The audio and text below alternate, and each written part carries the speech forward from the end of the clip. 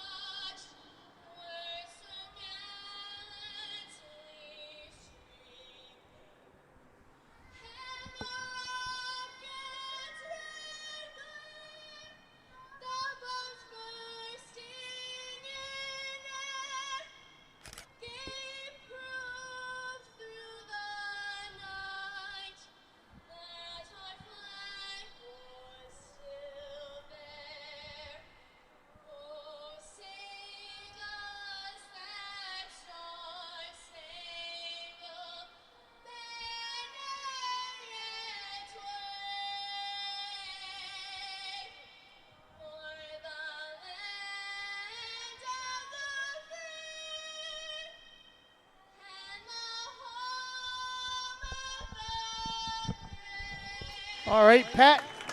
We hope you didn't be any speeding tickets on the way up here, Pat. Thanks for a late time change on the. I'd say, right? Or a couple of days ago, I think they didn't really make it.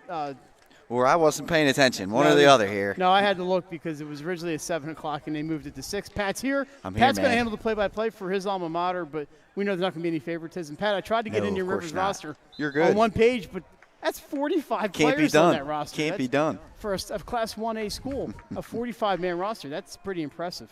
Without a doubt, Mike. But, yeah, welcome in, ladies and gents. I am here, ready to go.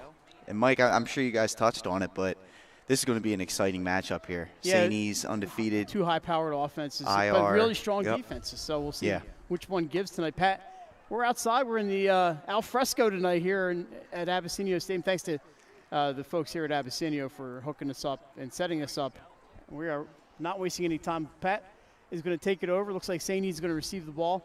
And we are just about underway on a special Thursday night edition of high school football here on Delaware Live. There we are. And back deep for the Vikings, number 3, Kasim Benson. Mike, looking into this matchup prior to the game, he is electric. 10 touchdowns through 4 games. And I don't know if he played in the other game. I was going to say one touchdown-less game. Yeah, so. I've talked to Kasim the other night at St. E's, and he's excited, and he's thrilled that we're streaming the game. Most of the guys where I talked to a bunch of them. There's a onside kick, Pat, to get started. St. E's going to have the ball. It looks like about the 40-yard line to start. I was at the St. E's volleyball game on Monday, and a bunch of the football players were there after practice, including Kasim. and got a chance to talk to him and Carl Taylor and a couple of the other guys, and they're excited. They're ready to go. Absolutely, and it's good to see St. E's back here. First-year coach Mike Lemon, he spent a couple years over at Delcastle. He, of course, was a part of the coach's staff back when I and his assistant, Craig Napier, were on the team, 2010 state championship team. He was a quarterbacks coach and helped out with the offense. So he knows his stuff. He does have a tie to the school, and it's good to see them have a good start to the year. The good news is Pat's got to know the names and numbers. I'll just piggyback off of his effort. Oh, yeah, we got You may hear this. some clicks in here. I'll be taking some pictures as we go along. Brett Smicks, the quarterback. You'll see him under center. He's a senior. Quick strike offense for these guys, too. Benson back deep in the backfield. It's I formation pitch out to Benson, Mike, and he's going to take it across the 40. And as we said, he's close to first down yardage, and he's electric with the ball. So last week, Pat, the Vikings scored on the first play from scrimmage 4 times. 4 times, Yeah. 3 times in the first half, and then in the second half, after they received the kickoff against Glasgow, Benson had touchdown runs of like 65 and 50 yards. They had a 55-yard run from Mikey Downs, I believe, a 74-yard pass to Jimmy Garrett. His first career touchdown, by the way, for Jimmy Garrett, and he made it to our top plays this week. Yes, he did. Chris Character's another guy to keep an eye on. Matt Trout out there at receiver. So this Vikings bunch has got some weapons, which, after a couple of down years, this transition into 1A or 3A is definitely benefiting them. They jumped a little early there, so it'll move it to 2nd and 6. Yeah, Pat, one of the St. E's stories I wrote this year, I don't know which game it was. I've been to a few of them. I think my lead was something about St. E's is living in a new neighborhood, and they like the scenery. So That's right. It really, this division, or Class 1, has really worked out for the benefit of several teams, and St. E's chief among them. Right now, you'd have to say them and Laurel, the top 2 teams in Class 1, although I agree. Indian River right up there, I believe they are. Indian River, they're 2-1. 2-1. They had a game canceled with Brandywine. They did lose their one game. It was to Stephen Decatur, who's a really good program out of Maryland. So they're definitely going to be in the mix, I think, for sure. This will go once again to Benson. He's tackled in the backfield, Mike. That's a big-time play. Number 55, T.J. Burke on a tackle. You don't see that too often. Seeing Benson. It's going to be 3rd and 11. Nick mentioned Laurel playing tonight. Actually, they're moving up in class, playing Woodbridge. Yeah, 7 o'clock. That game at 7 o'clock. That's a 7 o'clock start. Well, Laurel and Woodbridge are a lot closer together than this one. Than this one. And St. Andrews, Jason mentioned St. Andrews. They play tomorrow night at Tower Hill. Okay. And a game I think I'm going to go check out. So here we go, 3rd and 10, Mike. They're going to put Smick in the gun. And this is a little bit of Mike Lemon's offense that I remember. He likes to spread it out, make some plays. They find Trout. He's close first down yards. Ball's loose, Mike.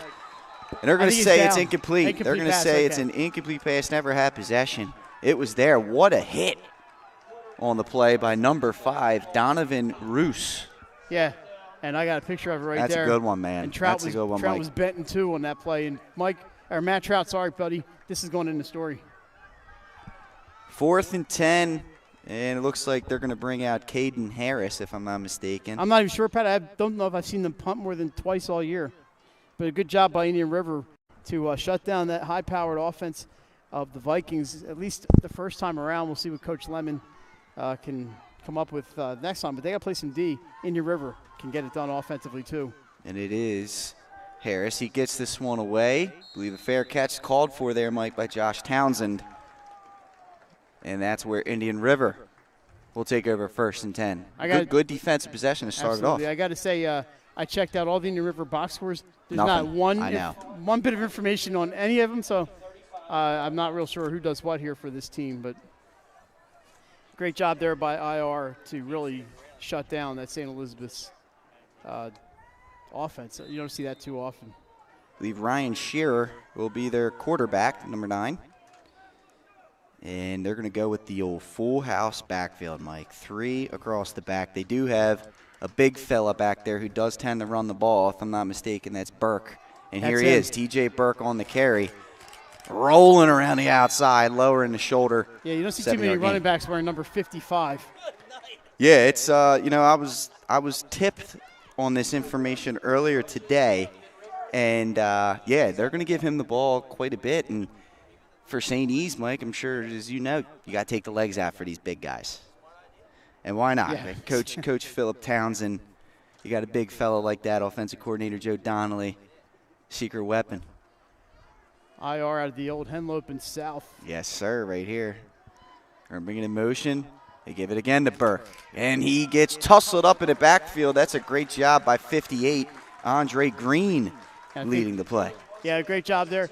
Indian River, they had some great teams years ago, but that's 10 years ago now. You're talking about the Coach Ray Steele days. Yeah. And with Jamie Jarman at quarterback. Jamie Jarman, exactly. I remember that name well, Mike. The last time I saw Indian River play a high school game was at Caravel in a playoff game. I believe Darnell Savage may have caught the game-winning touchdown in that game for Caravel. Once again, the T wishbone, whatever you want to call that, in the backfield. And they're going to jump off sides on a 3rd and 4. It's going to make it 3rd and 9, Mike. That's a huge penalty because you expect, maybe they give the ball to the big guy there. Burke. Burke. T.J. Burke. But now with 3rd and 9, you got to think they're going to go to the air on this one. We'll see. We talked about That's it. A big penalty. 2-1 on the year for IR. Wins over Odessa and Seaford. Combined score there is 66-6 on those 2 victories. So these 2 teams are similar in the sense that when they win big. Pat, what do you think St. E's had gone to the maroon helmets for a few years with the St. E logo on the side? Now they're back to the gold. I love the gold, but they got the stripe. stripe Down the middle. They got the stripe on it now. We went straight up. Just gold, huh? Notre Dame, I guess, or Boston College, you could say. So here it is, back to pass, and that's incomplete. Pressure on the play there, Mike, by Mike Downs. Yes, what a job off the blitz. Nothing Shearer could do there. Well, Downs found a hole, and he put all kinds of pressure on Shearer, and the young man tried to throw the ball while moving backwards, and he couldn't get anything behind it. And the St. E's a great 3-and-out by them, helped by a penalty, of course, but that happens. And it looks like the Vikings are going to get the ball back. Tristan Hood back deep to punt for Indian River. And back to return, of course. You got Seamer, Benson back there, as well as, I believe, number 4, Chris Character. Both of them dangerous as return men. And Character's going to get his opportunity here. Makes one man miss across the 35, across the 40, holds on to it tight. And that's a good return considering he had someone right in his face. Good field position for the Vikings as they start their 2nd possession of the game. Good job, Pat. You mentioned it on our top. If you haven't seen our top plays, you got to go check them out on YouTube or DelawareLive.com. Mm-hmm. But we saw the number 1 play where a young man, a freshman game from DMA. That was awesome. Shane Sullivan never stopped moving his legs. Pat keeps the voice. Keeps the feet moving, whistles didn't blow. And that was a great play, and that's what happens. You keep those feet moving. Chris Character picked up about 5-6 extra yards because he just did not give in when hit the first time or the second time. I formation for the Vikings. Smick under center. Benson back deep. They're going to pitch it to him, try and get him outside. Good defense by our ball's loose. And lucky for the Vikings, I believe that's number 53, Mitchell Butler. Right to him. Went right to him is exactly right, Mike. But Benson, good job by IR to not allow him to get outside there and force the cutback. That was some great defense early on by Indian River, something that I can't speak to Indian River. I have not seen him, but I've seen St. E's plenty, and that's something they just have not run into. This is by far their toughest opponent. 2nd down and about 8 for the Vikings. Single backfield, Smick under center again. Talk about the Delaware wing. Here it is. Character goes back. It's a waggle. Wide open in the flat for the first. Ball's loose. And he lucky there that was for Downs that it went out of bounds. It'll be a 1st down. But boy, oh boy, the Vikings got some ball security issues here early. Going on. Lucky they are.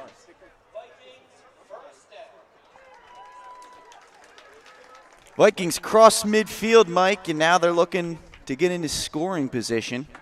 Yeah, but they got to be careful. Smick hold on to that ball, Pat. The under center, Downs, the up back. Benson, the tailback. 2 receivers to the far side.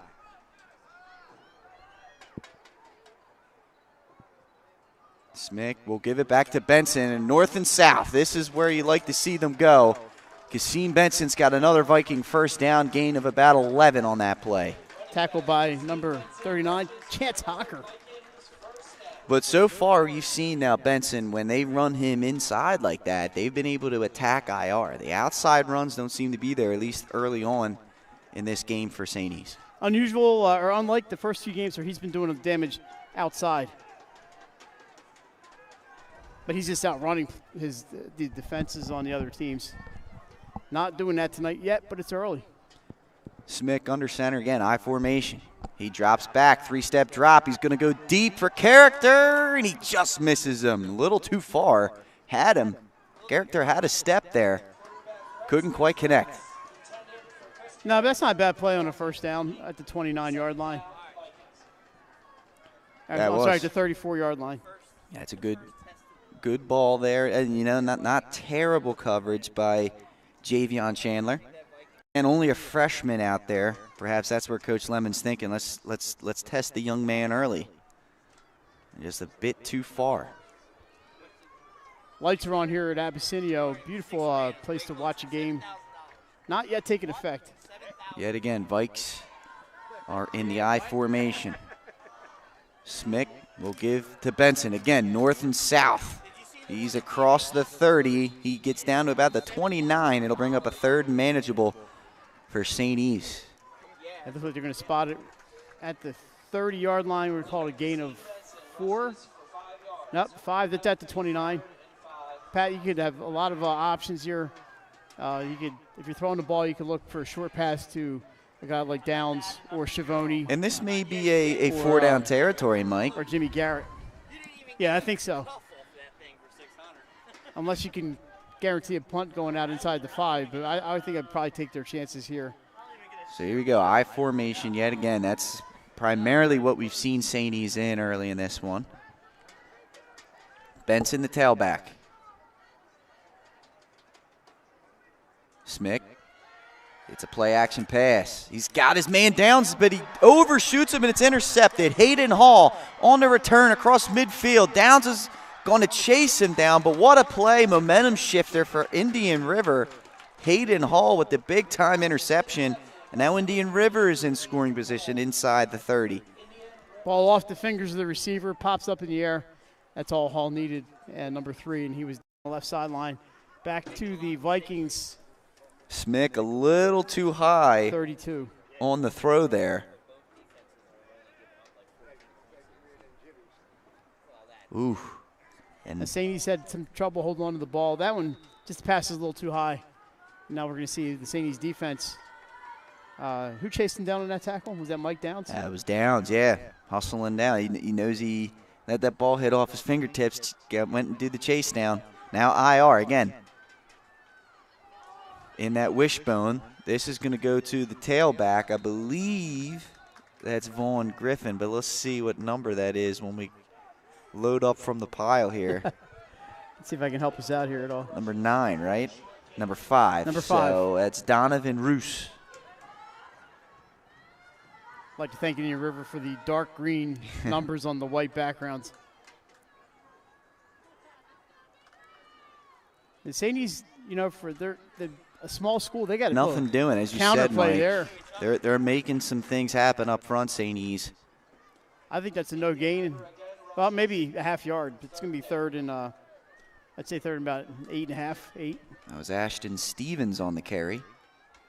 Unable to generate any push there. And just like with St. E's, this is probably 4-down territory, so you really have 2 downs to get 8 yards here. The Vikings obviously going to try to stiffen up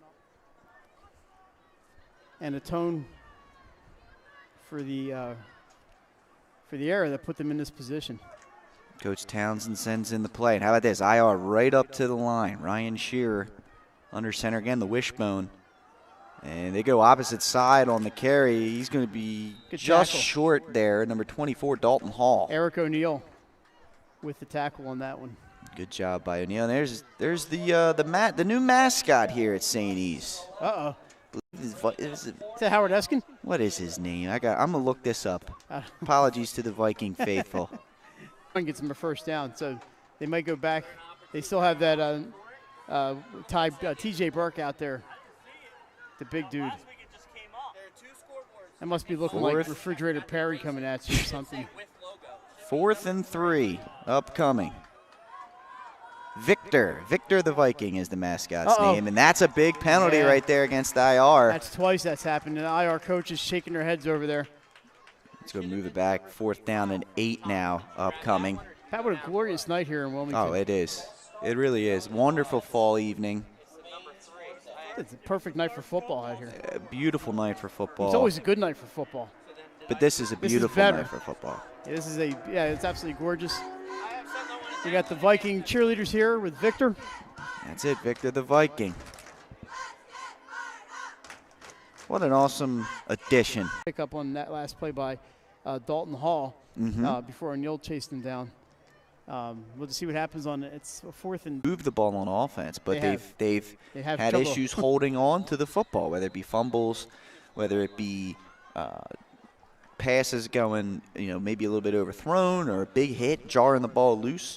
St. E's offensively has looked good, just haven't been able to cash in. St. E's might have to sneak that stickum into the onto their socks. That's right. Hasn't been legal since the 80s. Single back formation, Mike. Expect motion here. Burke is in the backfield.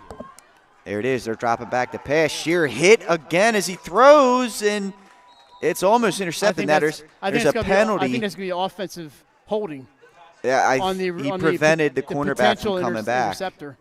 Unless they got him the defender for a push, but I believe it's going to be an offensive penalty. This is a big, what happens. And they're calling on St. E's. That is tough right there for the Vikings. The coaches are trying to figure out what exactly the You're going to want an explanation on that one. I mean, good for Shearer. I mean, he had pressure right off the edge yet again, got hit as he thrown. My guy's coming back to the ball and got held, and you called a penalty on that.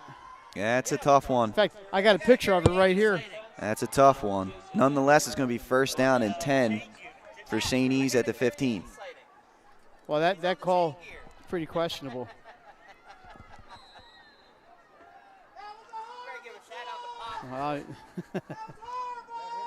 First and 10 for IR after the penalty.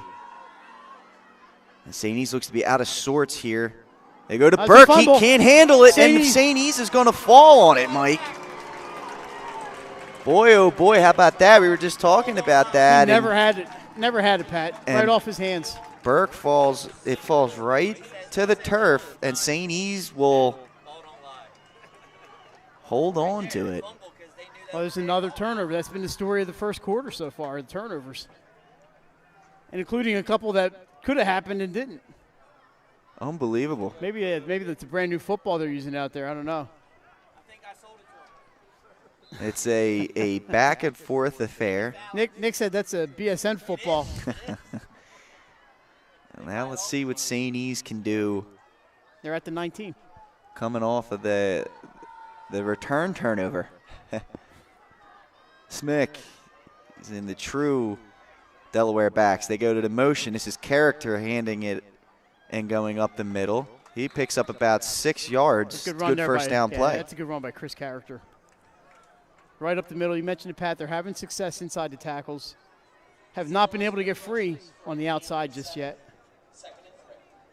2nd down and 4 for St. Elizabeth. As they are at the looks like they're at the 24, which is making 2nd and 5. Yeah, they moved it back on us there. Yeah, they're sneaking around. I don't know who's on PA tonight. I formation for St. E's. This is what we've seen them the first 2 possessions in primarily. It's a good spot for Benson, I believe. And they give it to him to the outside, trying to get to the edge.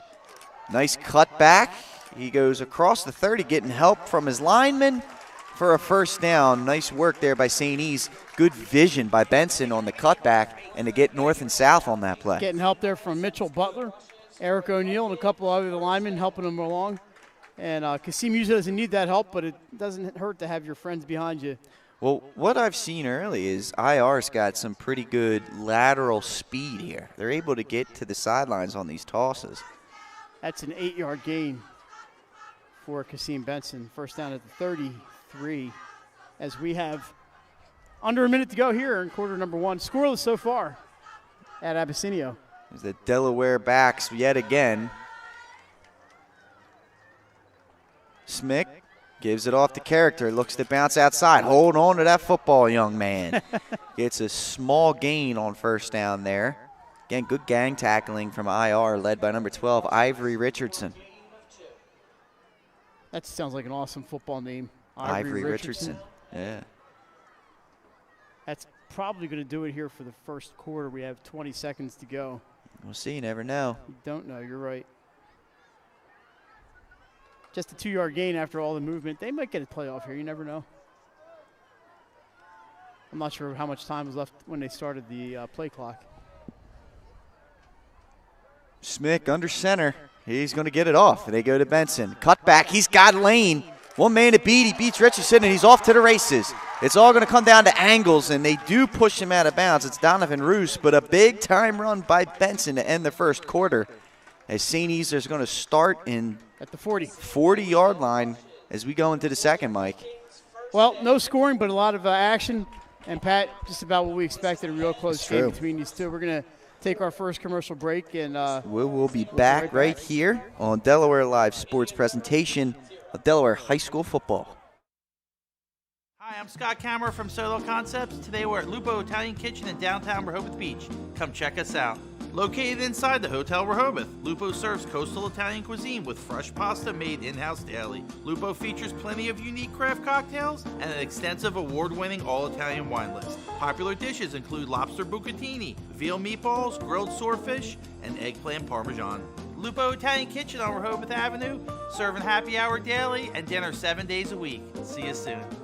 Hi, I'm Scott Kammerer from Solo Concepts. Today we're at Lupo Italian Kitchen in downtown Rehoboth Beach. Come check us out. Located inside the Hotel Rehoboth, Lupo serves coastal Italian cuisine with fresh pasta made in-house daily. Lupo features plenty of unique craft cocktails and an extensive award-winning all-Italian wine list. Popular dishes include lobster bucatini, veal meatballs, grilled swordfish, and eggplant parmesan. Lupo Italian Kitchen on Rehoboth Avenue, serving happy hour daily and dinner 7 days a week. See you soon. Hi, I'm Scott Kammerer from Solo Concepts. Today we're at Lupo Italian Kitchen in downtown Rehoboth Beach. Come check us out.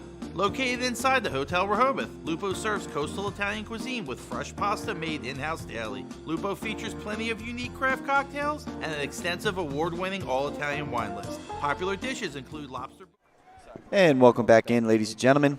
Here at Abessinio Stadium, the Vikings in midst of a drive looking to answer off a turnover. Kasim Benson has gotten them down there, and on first down, another 6 yards, Mike. Good job by Benson. He went outside to end the first quarter. 27-yard run, by the way, on the last play of the first quarter for Kasim. Gets another 6 there. Pat, I believe he had 250-plus yards rushing against Glasgow last week. Yeah, he's 4 long touchdowns. He's a tough guy to corral. There's no doubt about that. And, when you sit next to him in a gym like I did the other night, he's not like a super huge dude, but, no, he's powerful. Yes, he is. Second down and short for the Vikings. It's been a back-and-forth affair here early in this one if you're just tuning in. Benson with the cutback. He's across the 30 for first down yardage as the Vikings continue to matriculate the ball down the field. Oh, that's a good word. You could tell Pat went to that's right. St. East because these were like matriculate. Of course, man. Mike Lang, Patrick Garriani's here with you guys. Thanks for tuning in to Delaware Live Sports. Kind of a Thursday night special that's become a 2021 introduction with we've turned a negative situation into a positive. Born out of necessity, but you're right, what an addition to the Delaware high school scene. I love this Thursday night football stuff. I think it's great. Smick under center. Let's see if we get another dose of Kasim Benson here. And we do. Up the middle. And I tell you what, that's a great job there of penetrating by number two, Ashton Stevens.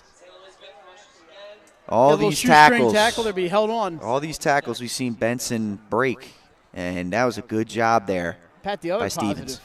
is there are some games being played at 4 o'clock Fridays now. So if you really like high school football, you can go to a 4 o'clock game and then go see a 7 or 7:30 game. So it's really, I know it's not a position that the state wants to be in, but there have been a few positives that have come out of it.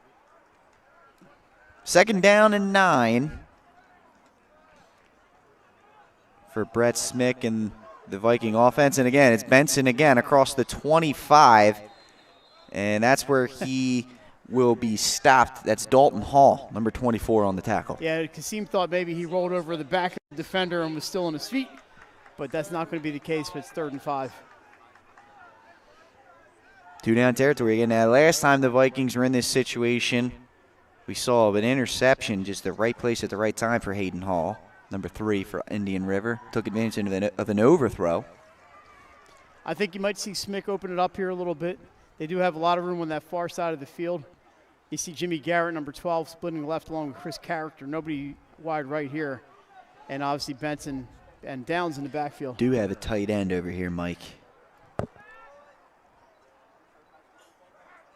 And there you go. They're going to try and get to the outside. And Benson breaks it inside. He's second effort's going to be close. He may be a little bit short. Yeah. They're marking him at the 21. He slipped a little bit.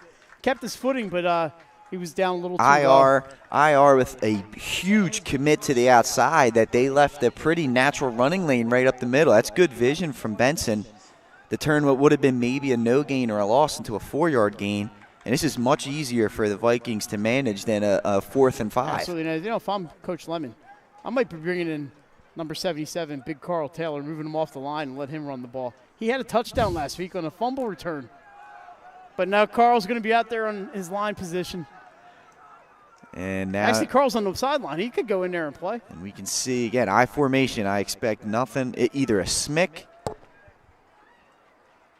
sneak, or you're going to go to Benson. And they do. They go to Kasim Benson. He breaks a tackle, and he's down close to the 15-yard line for a first down. 4.5, 5 yards for Kasim Benson. Good job by the St. E's line. Let's give them credit for creating some room in there for Kasim. They created the push. We're going to call it a 4-yard gain, Pat. And these kind of drives are big because one thing you notice is a lot of guys going both ways for Indian River. In particular, T.J. Burke, he's right in the middle of that defensive line. He's been toting the ball throughout the year, the fullback position. Chewing up some clock here in the second quarter. We're already down to 7:35 to go here before halftime. Smick under center. I formation. This is primarily what we've seen throughout this game. And they're going to toss it to Benson. He cuts it up. He's got a natural running lane. One man to beat, he does. And there's touchdown number 11 on the year for Kasim Benson. Well, we've been mentioning he has not found a lot of room outside. That time he runs short side, and he had some room and was not touched until he was crossing that goal line. Good job by the Vikings. You can tell they want to keep that ball on the ground, and it worked out for them well. Touchdown, they lead 6-0, and now on to kick the extra point. I can't see the number. Not quite yet, but I think it's number 20, Cole Soto. It is Cole Soto, and I should know this. I've seen him like every week this year. So I've noticed that what we've seen, Indian River is flying upfield on these tosses. And it looks like St. E's is starting to get a little more comfortable with just kicking that defensive lineman out and creating a cutback lane for Benson. We'll see if Indian River starts to counter-adjust to the adjustment made by St. E's, but that's kind of what led to that touchdown run. Two cutback runs were key in that drive, Mike, for St. E's. Yeah, I mean, you see Benson, he's such a weapon for the Vikings. Extra point, by the way, was good at 7-0 St. Elizabeth, and they chewed up. I don't know when they got the ball back, Pat, after that fumble, but that was like a 6-minute drive then for the Vikings. But you're looking at the Indian River cheerleaders over here doing some things that Pat does in his spare time. No, sir. Things like that. No, sir. But, yeah, you're right. I mean, the Vikings' commitment to running the football, and a lot of those runs were up the middle of the field. It kept the clock running. There was no stoppages, nothing going out of bounds. 81-yard drive, by the way, and I don't know if they threw the ball once. I think it was all rushes. No, I think you're right. In fact, I'm looking at my notes. I don't see one pass on there. I don't have stats, but I can add 81 yards. Soto on to kick back deep for Indian River. Looks to be number 11, Joshua Townsend, and number 26, Jonathan Stern. See what kind of boot Soto has.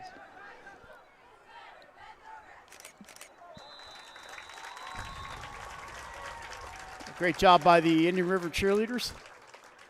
Back to the ground. Little ground squibber. Ball. It's going to stay in bounds somehow. And that's going to be returned by number 82, Alex Butts, and he's forced out of bounds. He ran to 29. And that's where Indian River will take over. Now, what do you want to see from Indian River on this particular drive, Mike, to answer the touchdown from St. E's? They haven't really had much luck passing the ball. So I would think I would stick with the rushers, Burke and Dalton Hall, and maybe see if they can find some openings in that St. E's line. That's pretty tough. Pretty tough front for St. E's. Yeah. When you mentioned, I mentioned that for a roster, a smaller school, they really do have some size up front. Yeah. Andre Green, Mitchell Butler. Who else did they got down there? O'Neal plays on the line. Taylor's out there now. Carl Taylor's out there. Taylor's one of the bigger linemen you're going to see anywhere. Stephen Goodman. They have a block punt. Taylor has a block punt this year. Up the middle. Yeah, it was. That looked Mike Allstott style right there. That was number 2. From Dalton Hall. Is it 2 or 24? It's 24. 24, okay. Remember Peyton Hillis? He had that one really good year with the Browns. That was a Peyton Hillis type run right there for a first down. Right through the heart of that Viking defense. And we mentioned that's a 10-yard gain.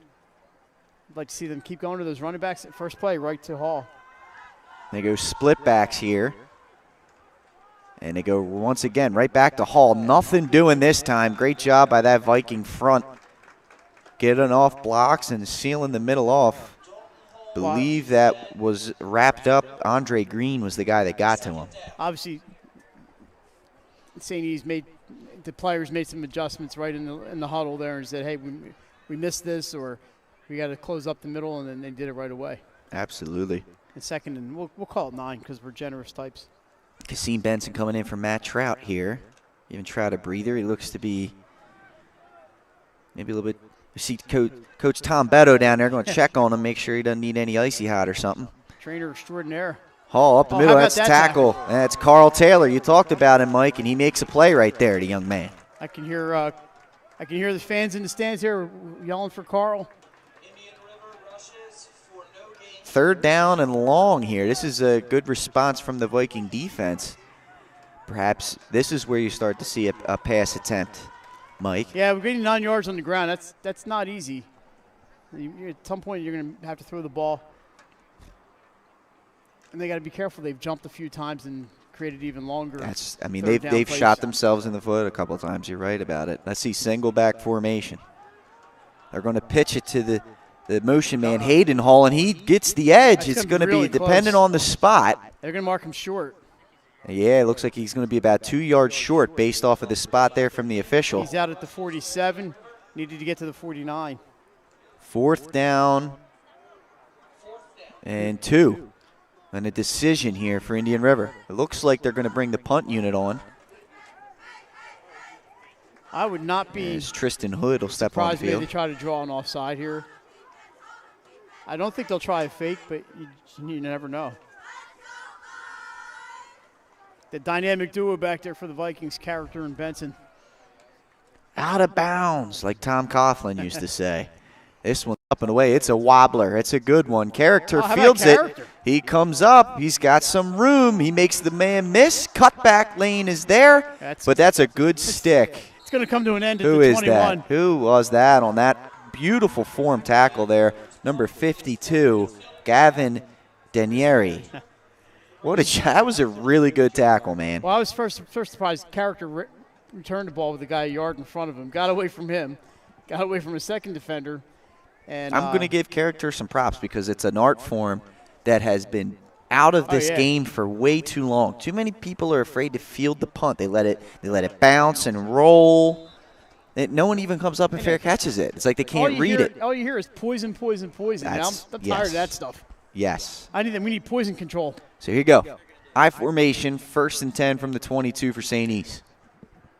They're going to probably try and get a score here before the half. I would think to keep it right on the ground and they see go what to happens. Benson, and he picks up maybe 2. Maybe 2. Good job by IR there, getting off blocks and making the tackle. They start from the 22-yard line, and it is a gain of 2. 2nd down and 8. And obviously, Pat, with 4:50 to go here, St. E's thinking if we don't score, well, at least keep Indian River off the field and just chew up as much clock as we can. So I don't expect to see much in the air from Brett Smith here. 2nd down and 8, Mike. Let's see where they go with it. Benson will be the tailback. And it's tough to stop him 3 runs in a row. Smick will toss it to him. Benson breaks the pursuit, gets around the outside, maybe picks up a 3. It'll bring up 3rd down and 5. And I'll tell you what, that was all Kasim Benson because IR did a great job of getting off blocks and coming up. He somehow turned that into a 3-yard gain. Yeah, it's just his elusiveness is unbelievable. But now 3rd and 5, you don't get this. You're giving IR a shot with plenty of time left on the clock. I think this may be where you see him put it in the air, Mike. Your defense has been great.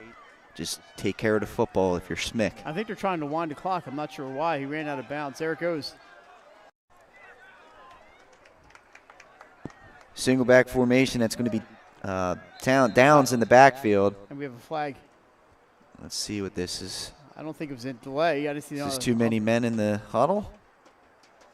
It's going to be a procedure. False start. False start rather against St. E's. So Well, I think now you'll definitely see a pass at 3rd and 10. 3rd down and 10 coming for the Vikings. 4:12 to go here in the first half, and Mike, this one has sped by. We might beat sundown. Yeah, what a beautiful night. It's some nice happy clouds in the sky here. To borrow Bob Ross' phrase. Yeah. Happy little clouds. I need to see that documentary, man. There's some crazy stuff supposedly in that one. He hated his hair. Under 4 minutes to go. He did not It'll like be a shotgun formation, and like they the perm, jumped again. Who didn't like the perm? Come on. And they get reset, so no penalty on that one. Smick, he's going to get it to Downs. He's got room ahead of him. He's got 1st down yardage and more. Cuts back across the 40, across the 45, up to about the 47, and that's just what the doctor ordered.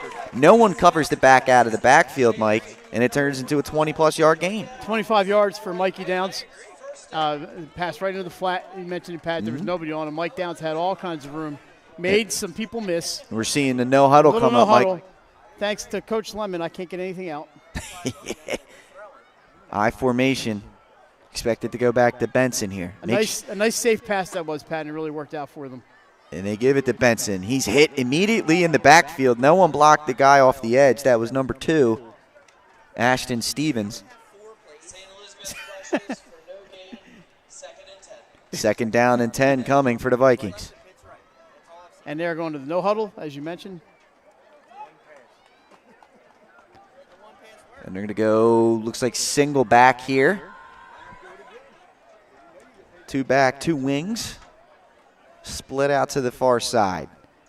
Smick's got his call. Motion man is Benson, and they give it to him on the sweep. He's got some blockers. He gets to the edge. He's around midfield across the 45. He's going to be close to 1st down yardage. In fact, he's going to get it. They say he goes out of bounds at the 42, so 1st down and 10 for St. E's. Just love watching that kid play football.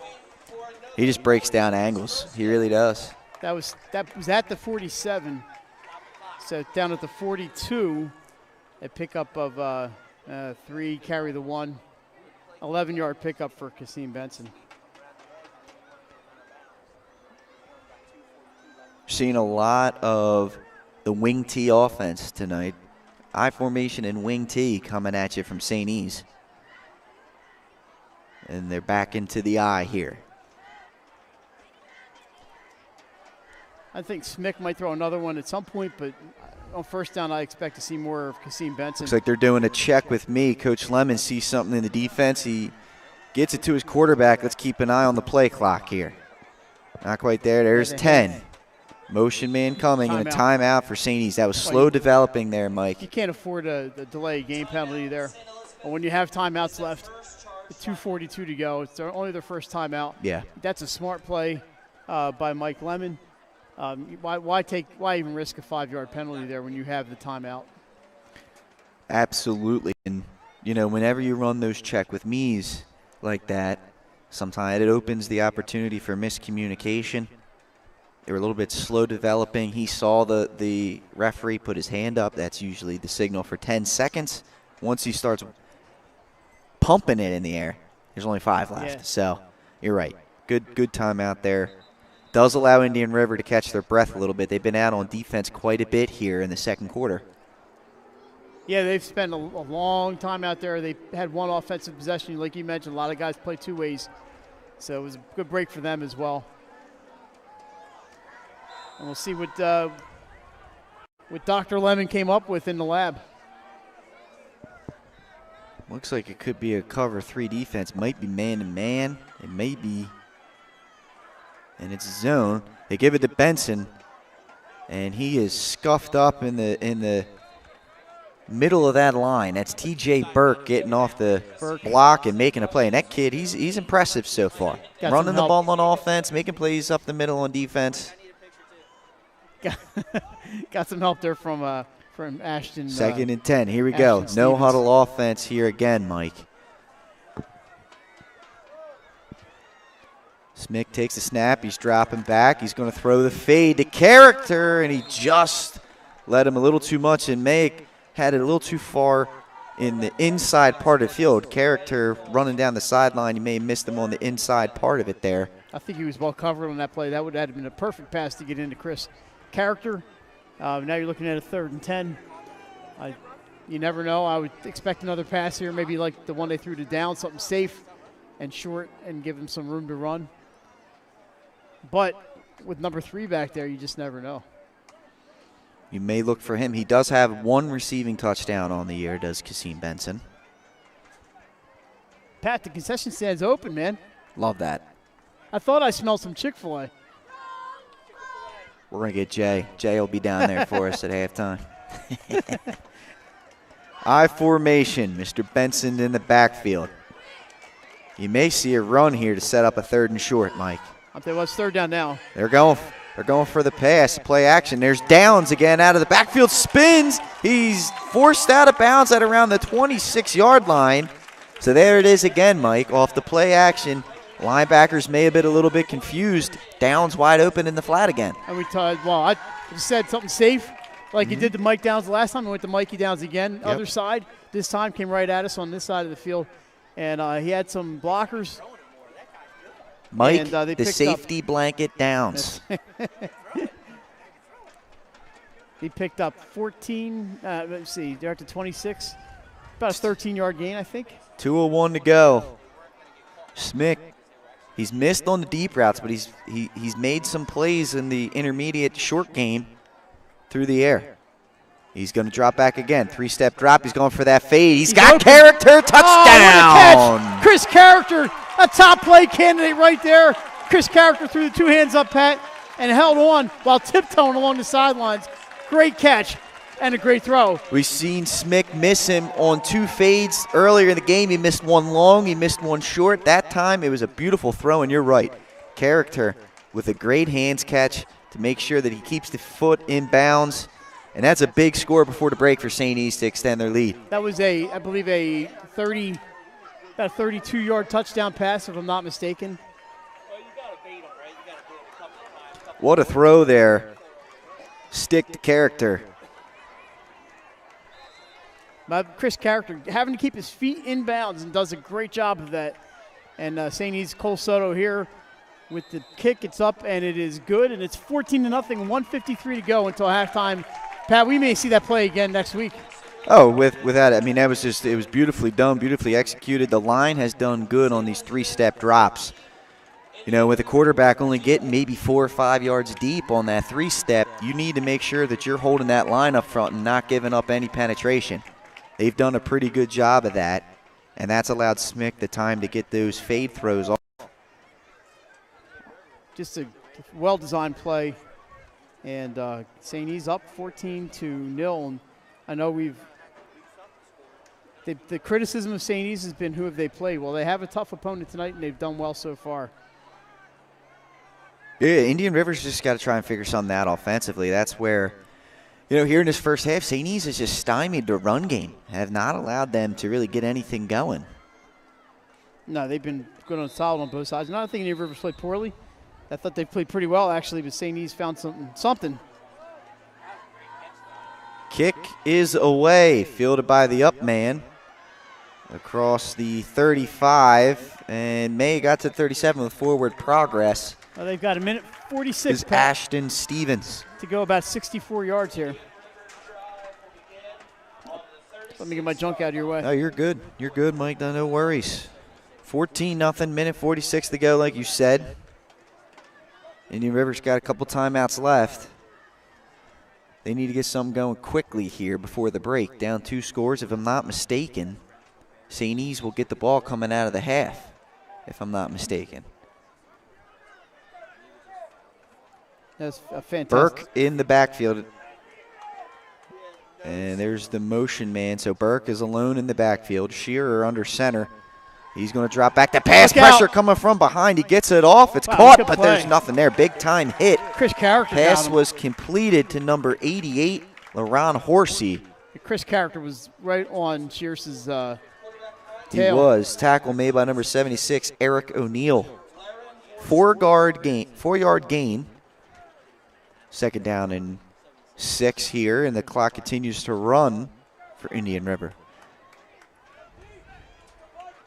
They need a chunk play right here. They do, the 4-yard. I mean, that was a great play for him not to get sacked. And here's a double pass. It's a double pass, and they got him. He's open. The throw is incomplete. A little too far. It was Hayden Hall looking for Jonathan Stern, and he did get behind the defense, and lucky for St. Elizabeth, just a little too much on the throw. Well, you could see when it was a backwards pass. You saw it was coming. Yep. And the St. East coaches were yelling, pass, pass, pass. They knew it was coming, too. Jimmy Garrett in coverage there did all he could to get back. But IR was open on that play. Minute 3 to go. 3rd down and 6. Disaster averted there for that St. East secondary. That was a pretty good throw there from Hall. It was. And now they got a third and mid distance here, 6. Burke's the backfield. Shearer takes the snap. He's going to try and pass again, and Carl he fumbled. Taylor. Ball's loose. Flag. I think Carl Taylor's going to get a face mask. I think you're exactly right, Mike. Pressure off the edge from St. E's. I think they may have got a little too frisky around the face, like you said. I think when the QB ducked, Taylor got his helmet. And we'll see if they give him a 5 or 15-yarder. Yeah, I think it was when the QB ducked. That's when he got up a little bit. It's going to be a flag. And it looks like it's going to be the 15-yard variety. That's a 15-yard penalty. Enough for a first down, not an automatic. And with 2 timeouts left here, Indian River is about maybe 20 yards away from being in scoring position. So, I mean, they're a chunk play away from it. 46 seconds left. Indian River calls timeout with 46 to go, Pat. You mentioned they are at the 48-yard line of the Indians. Who called this timeout, Mike? Was Indian River? So yeah. They're down to 1 left now. I'm not sure how to do that. The clock was stopped there. Might want to hold on to that one. You're not going to. You can't take the timeouts with you, I guess, and they want to make sure they have the right play called. You see we see the coaches across the way on the other auxiliary press box. Ball at the 48-yard line. Pat, while we have a short break, just remember on Saturday night, it's our volleyball match of the week. It's going to be Delaware Military Academy at Red Lion. Should be a good one, It is going to be a good one. It's the only, as far as we know, the only athletic event on Saturday night, high school event in the state. So Jason and I will be there. Anybody who wants to stop by, we'll be at Red Lion, and we're excited about that one. That does sound like a good one, Mike. It's going to be a good one. Great contest there between 2 really good programs. So back to football. Out of the timeout, it's a wing T formation, and it's a reverse. So getting a little trickery out here. Well, that's going to keep the clock moving. Up the middle, nothing doing for Dalton Hall. Maybe got 4 yards. And the no huddle. They must have had 2 plays called during that timeout. Indian River going to try and make something happen. They're in position, and they spike it. 27 seconds to go. They lose it down, however, on that, so it'll be 3rd down and 6. We'll see what happens here. Now, Pat, if they go for a pass here and it's incomplete, well, I imagine they would go for it on 4th down, but St. E's a chance they have a play or 2 the other way, but they have to make a stop first. Yeah, and with Smick's arm, you have Smick with a great arm character able to get behind the defense, and I mean they're a bomb away from having a chance there if they do get the ball back. IR's had some chances in that double pass. They had a great chance there. We'll see what they can do here. Hall, the motion man, dropping back the pass to Shearer. He's got some interception. Well, we'll see if that we'll stands. See if it stands. The interception they're going to call interference would not be the worst thing, but it is a holding. They should be rushing. They have a timeout. They're going to take it to half. Yeah, this is the coaches want to take that one to half. What a job there by St. E's with the edge rush, Mike. Close the half out. 13 yards in St. E's. Pat, they're in good spot, 14-0 at halftime. And yeah, that they are. They played well. It started a little slow for them with the turnovers and some slipperiness on the ball, but they really turned it around. Found a lot of success running the ball. Yes, they did. And then opened it up with the pass. Absolutely, and we'll talk more about it here after this commercial break. We'll be back right here on Delaware Live sports presentation at Delaware High School football. Your halftime score, St. Elizabeth, 14-0 over Indian River. We'll see you then. We all know that choosing the right company for home preservation can be challenging. Your home is your castle, and only the best and most trusted will work, right? Of course. So why is Ace Handyman Services different and the right choice? We take great pride in our easy, no-hassle scheduling and communication process. You call, we answer, and we listen. Or take advantage of online booking 24/7. Once we understand your home needs, we schedule a craftsman to arrive at a convenient time for you. You then receive a pre-call the night before from your craftsman. On my way text notification so you know when to expect your craftsman to arrive. Regular updates on the progress of your job. Even follow-up prior to any warranty expiration dates. Easy, convenient, no surprises, ever. Our commitment is to treat your home, your family, your time, and your privacy with respect. Rest assured, you are always our top priority. Our multi-skilled craftsmen will complete the work on your home in a workmanlike manner. If we don't, we'll come back to make it right. It's what we do and have been since 1998. Simply put, we're different. Ace Handyman Services, bringing helpful to your home.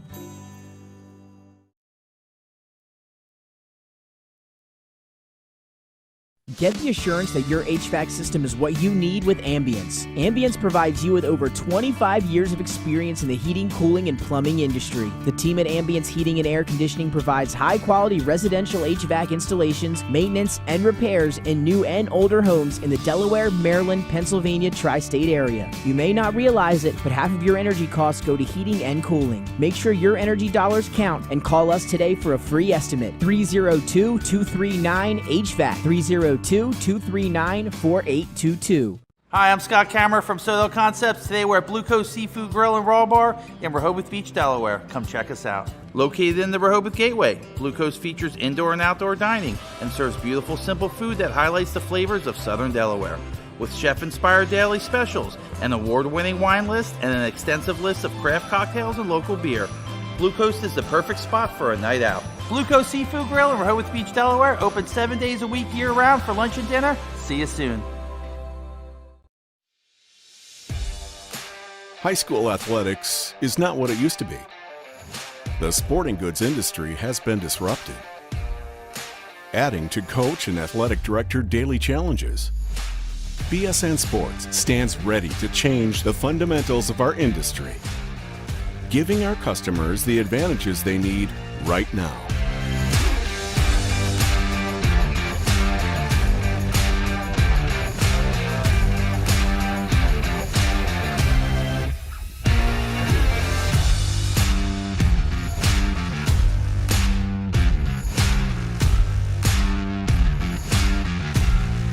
Your dedicated local sales pro is supported with nationwide team service, including sport and category experts. Get the look of D1 colleges and pro teams with our program that streamlines ordering your staff apparel, player gear, and fan wear. Stretch your budget with our fundraising solution. Free and ready in minutes. Our campus branding products are perfect for boosting school and team pride. BSN Sports has the advantages you need right now.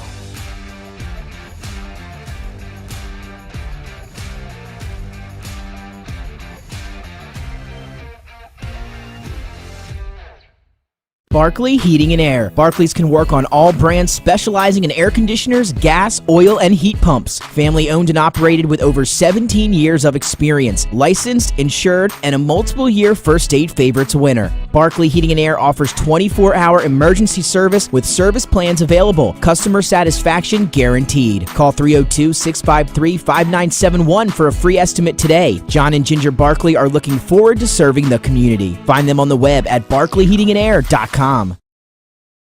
Whether you're planning to buy a home in 3 months, 6 months, or even a year, let me walk you through the process from start to finish and get your questions answered. I am a DHSA lender with down payment assistance programs or grant money. I can help those with less than perfect credit or those working on their credit. I'm also local and always have been. So call 302-563-5599 or visit bryans.loans.com when you are ready to get started on your road to homeownership. Hi, it's Scott and Lauren from Sodell Concepts. And today we're at Catch 54 in Fenwick Island, Delaware. Catch 54 is committed to serving beautiful, simple coastal cuisine overlooking the bay. House favorites include signature crab cakes, shrimp and grits, our famous 54 burger, all accompanied by a Wine Spectator wine list and a great selection of craft ales and cocktails. Catch 54 offers delicious nightly specials, award-winning waterfront dining views, and the best happy hour in town. Catch 54 in Fenwick Island, Delaware, open 7 days a week. See you soon. Your home, your community. It's not just where you live, it's where you belong. At Dover Federal Credit Union, we understand what it means to be local. We started here, and we're not going anywhere. We're as local as it gets, and we like it that way. We're not just a financial institution, we are the local credit union that you can trust. Local people, local decisions.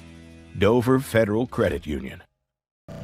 At Ferris Home Improvements, your family's comfort and safety is always our top priority. If you call us for your roofing, windows and doors, siding, decks, kitchen, and bathroom needs, you can expect health screen craftsmen who wear gloves and face masks and follow minimum 6-foot distancing, virtual conferences to discuss project details, job quotes delivered electronically or brought to your door for your review and approval, and our showrooms in Newark and Rehoboth Beach remain open for limited appointments. We're here together. Operating with precautions. To protect our staff. And our customers. High Five Hospitality was founded in 2004 when 3 guys teamed up to introduce the Buffalo Wild Wings franchise concept to Delaware. They now operate 8 Buffalo Wild Wings, 6 locations throughout Delaware, and 2 locations in Maryland. B-Dubs has weekly and game day specials on their delicious food and beverages. Stop in one of their convenient locations today. The Stone Balloon Ale House features a unique blend of crafted food and an array of spirits, all flavored with a dash of nostalgia. Our culinary mantra is comfort food playfully reimagined, and we prepare seasonal favorites that strive to please the palate and resurface a memory. Limestone Barbecue, from our mouth-watering Texas-style brisket, fall-off-the-bone chicken, and St. Louis ribs. Southern-style sides, mac and cheese, baked beans, cornbread, sweet tea, and our homemade pickles. Be prepared as your bread will be your napkin. Yup, we are that kind of barbecue. Expectation. You'll have a tough time choosing between our exclusive dishes to help get you through the day. French toast, French crepes, Belgian waffles, and of course, our famous Eggs Benedict. High Five Hospitality's mission is to operate 5 brands that serve high-quality products with exceptional hospitality. Hi, I'm Scott Kammerer. It's that time of the week, ladies and gents, your Delaware Live Sports Top 10 Plays of the Week, brought to you by BSN Sports. I'm Patrick Garianis, and let's hop right into it with number 10, Cameron Edge to Ymir Knight, right here in Smyrna, Sussex Central game. We're down towards red zone. It's a play-action pass to Knight, breaks 2 tackles, fights his way in for the score.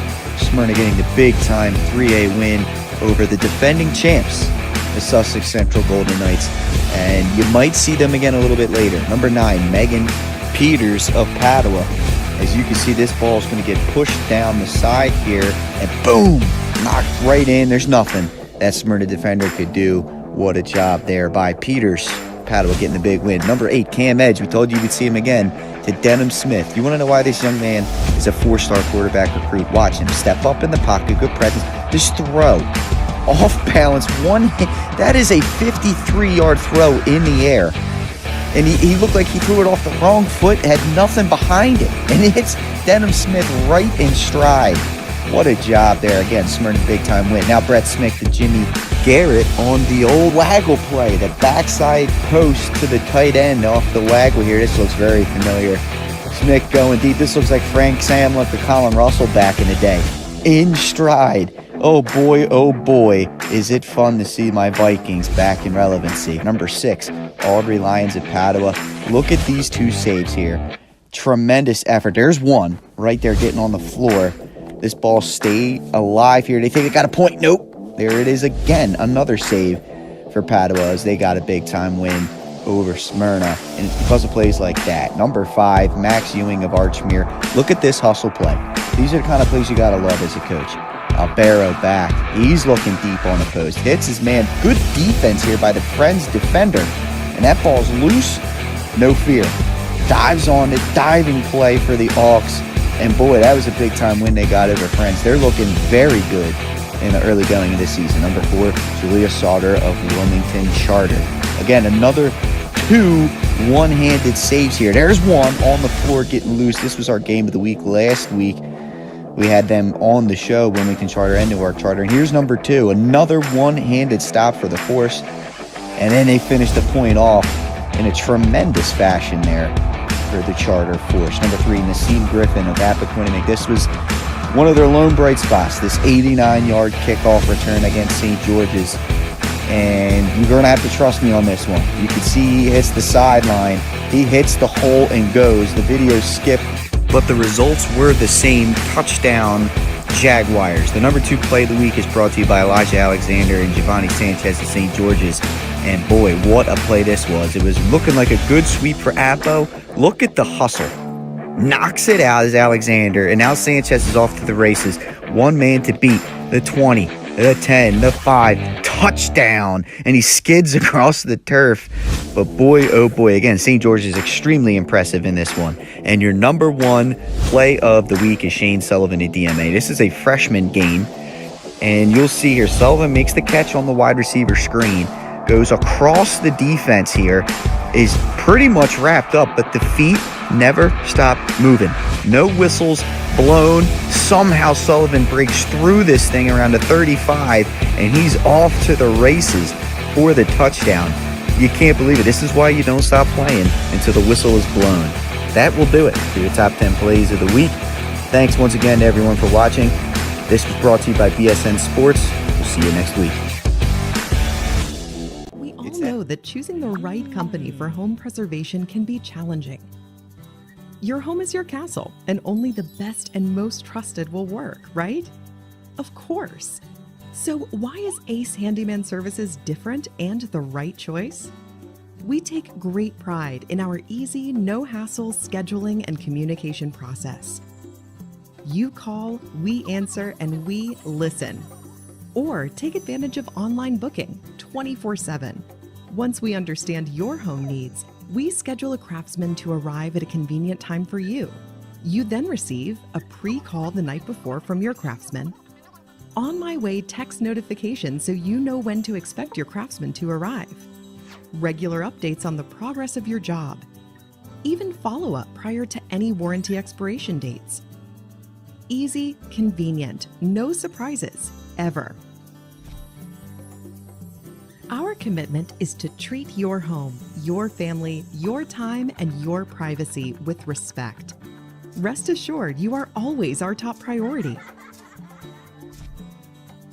Our multi-skilled craftsmen will complete the work on your home in a workmanlike manner. If we don't, we'll come back to make it right.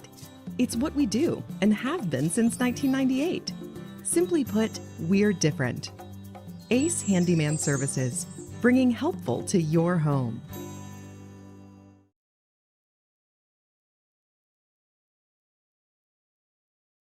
Get the assurance that your HVAC system is what you need with Ambience. Ambience provides you with over 25 years of experience in the heating, cooling, and plumbing industry. The team at Ambience Heating and Air Conditioning provides high-quality residential HVAC installations, maintenance, and repairs in new and older homes in the Delaware, Maryland, Pennsylvania tri-state area. You may not realize it, but half of your energy costs go to heating and cooling. Make sure your energy dollars count and call us today for a free estimate. 302-239-HVAC. 302-239-4822. Hi, I'm Scott Kammerer from Soto Concepts. Today we're at Blue Coast Seafood Grill and Raw Bar in Rehoboth Beach, Delaware. Come check us out. Located in the Rehoboth Gateway, Blue Coast features indoor and outdoor dining and serves beautiful, simple food that highlights the flavors of Southern Delaware. With chef-inspired daily specials, an award-winning wine list, and an extensive list of craft cocktails and local beer, Blue Coast is the perfect spot for a night out. Blue Coast Seafood Grill in Rehoboth Beach, Delaware, open 7 days a week year-round for lunch and dinner. See you soon. High school athletics is not what it used to be. The sporting goods industry has been disrupted, adding to coach and athletic director daily challenges. BSN Sports stands ready to change the fundamentals of our industry, giving our customers the advantages they need right now.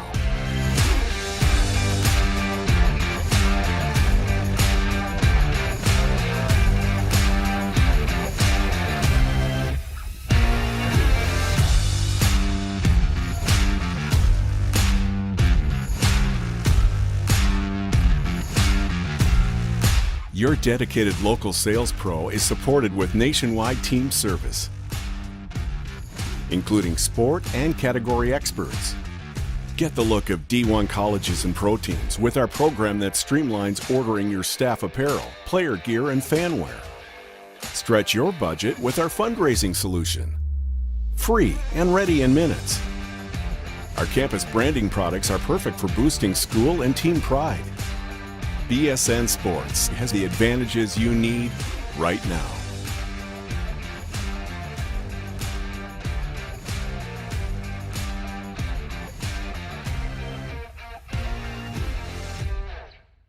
Barkley Heating and Air. Barclays can work on all brands specializing in air conditioners, gas, oil, and heat pumps. Family owned and operated with over 17 years of experience. Licensed, insured, and a multiple-year First Aid Favorites winner. Barkley Heating and Air offers 24-hour emergency service with service plans available. Customer satisfaction guaranteed. Call 302-653-5971 for a free estimate today. John and Ginger Barkley are looking forward to serving the community. Find them on the web at barkleyheatingandair.com.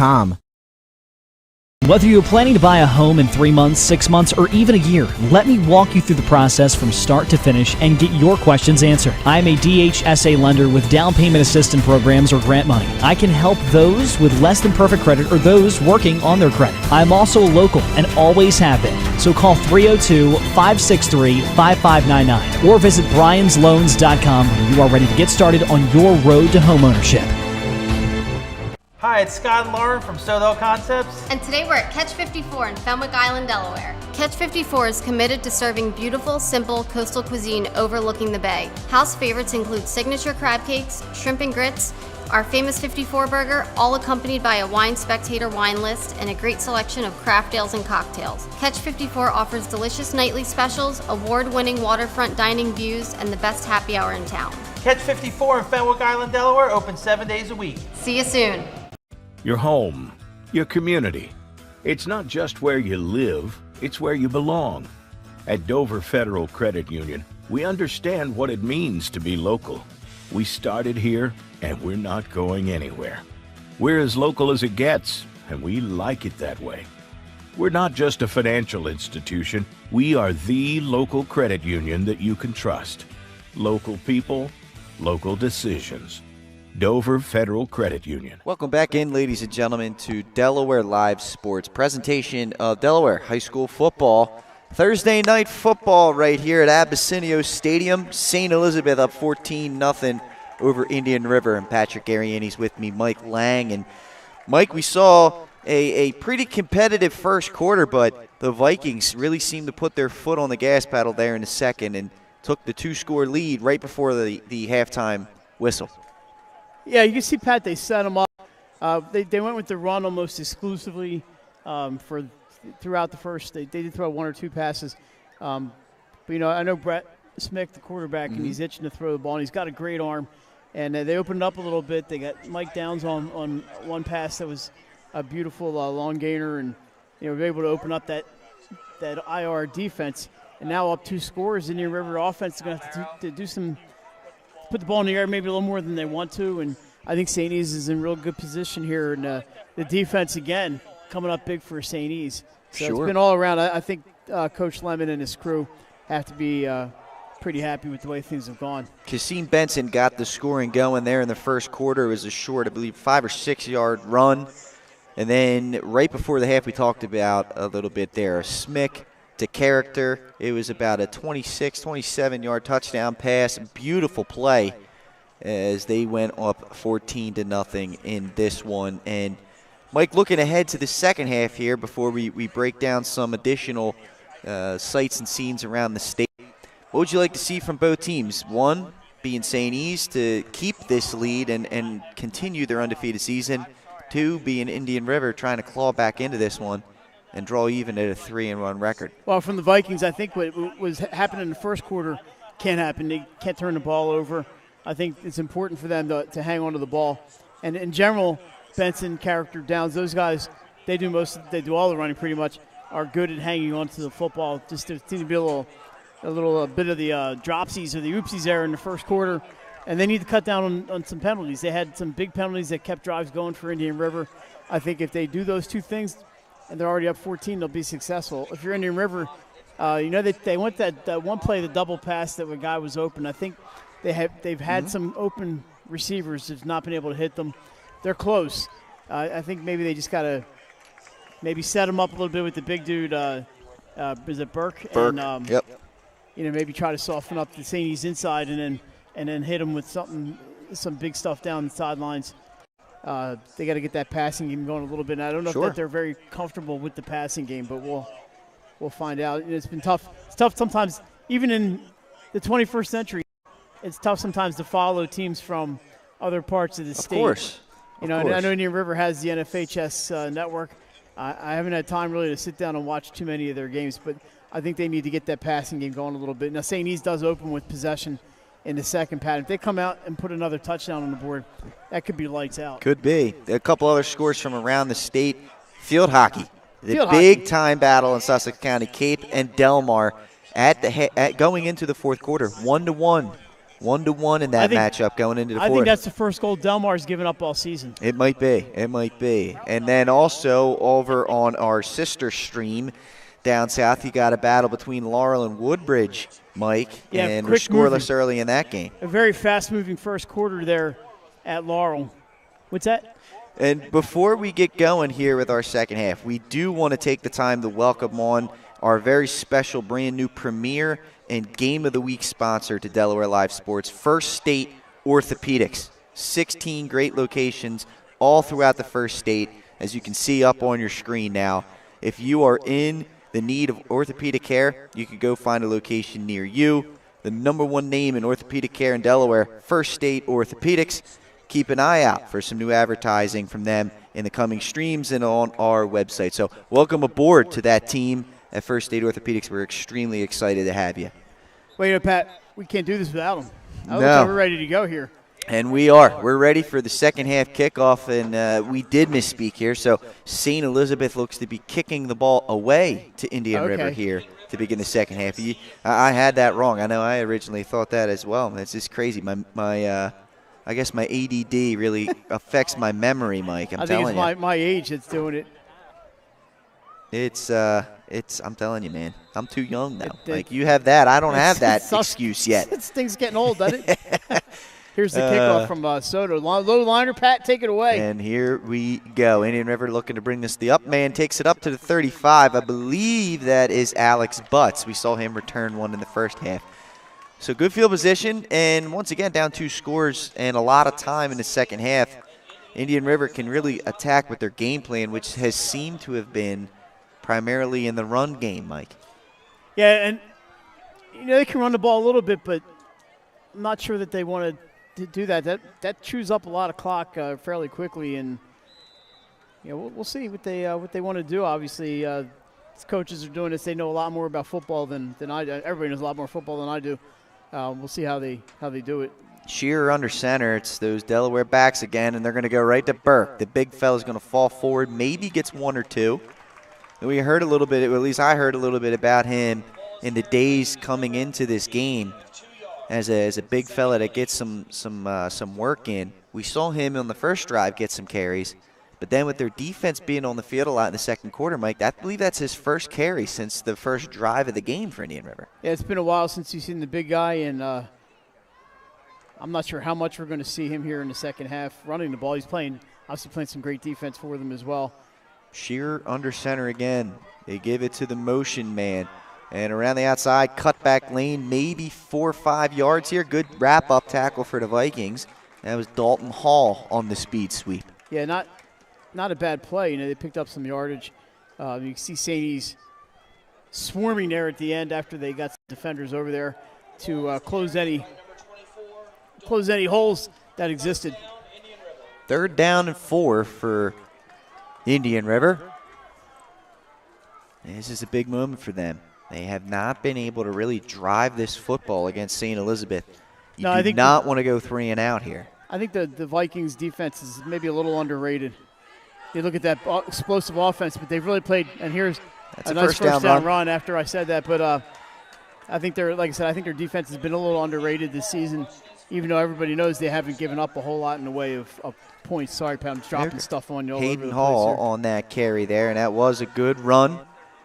Gets close to midfield and does pick up the big first down there for Indian River. And this is what they need to do. They need to sustain a drive here, go down and score right out of the gate. They do put some pressure on St. E's. They could really use some points on the board on this drive just to get the second half started on the right foot. St. E's gets the ball, Pat. It's going to be ground, and pound, and that clock disappears in a hurry. Brother Hayden Hall on that carry as a sweep to the outside, and St. E's was ready for the challenge there. No gain on that one.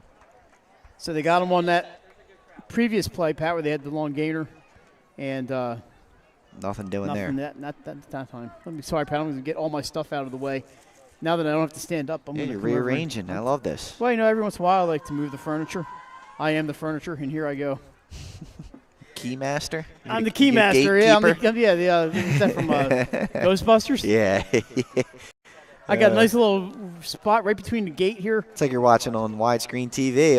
And there's trouble in the backfield, and look who it is again. Mikey Downs, right off the edge, Mike. Yeah, Downs, and who's that? That's 58 right there, if I'm not mistaken. That's Andre Green. I hope Andre knows I'm not calling him big and ugly. He's a big ugly, and I mean that in a good way. That's the term, man. But, yeah, they came right off the edge there to play action pass. Shearer just did not have any time to make anything happen there.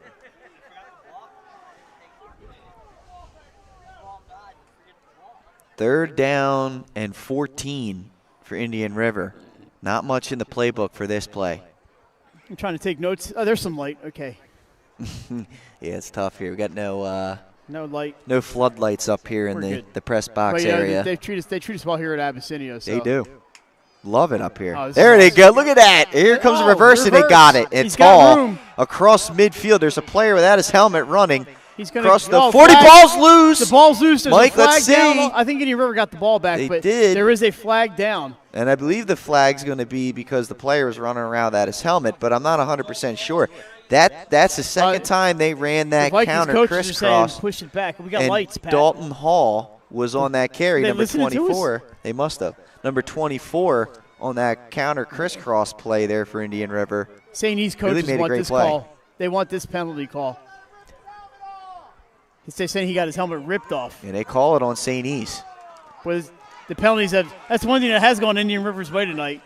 St. E's is getting called for the flags, but that's going to give them great field position. Not quite sure what the play or what the penalty was. Couldn't quite see what they motioned. Maybe targeting. Jay says something, and there's an unsportsmanlike comment on the coaching staff of St. Elizabeth, or that's the warning. The warning to keep back. Got to have yourself a get back, coach. Just like Chris Carter when he said to those NFL rookies, get yourself a fall guy. So they had the ball at the 21.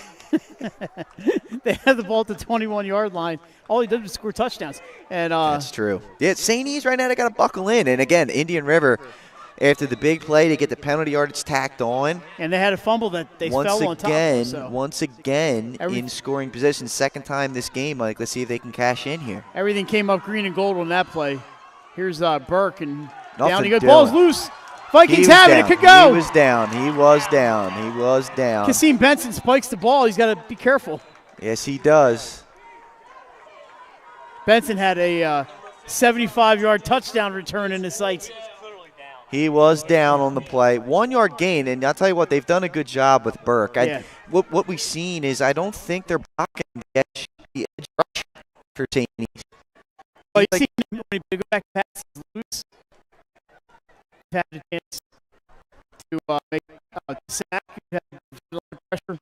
Maybe lost, but thankfully you guys can still hear a sheer under center. He's going to give this one off to tailback there. It's Hayden Hall. For that pickup of about 1 or 2 yards. 3rd down and 9 here at now the 20-yard line for Indian River. Mike, it's a radio style right here.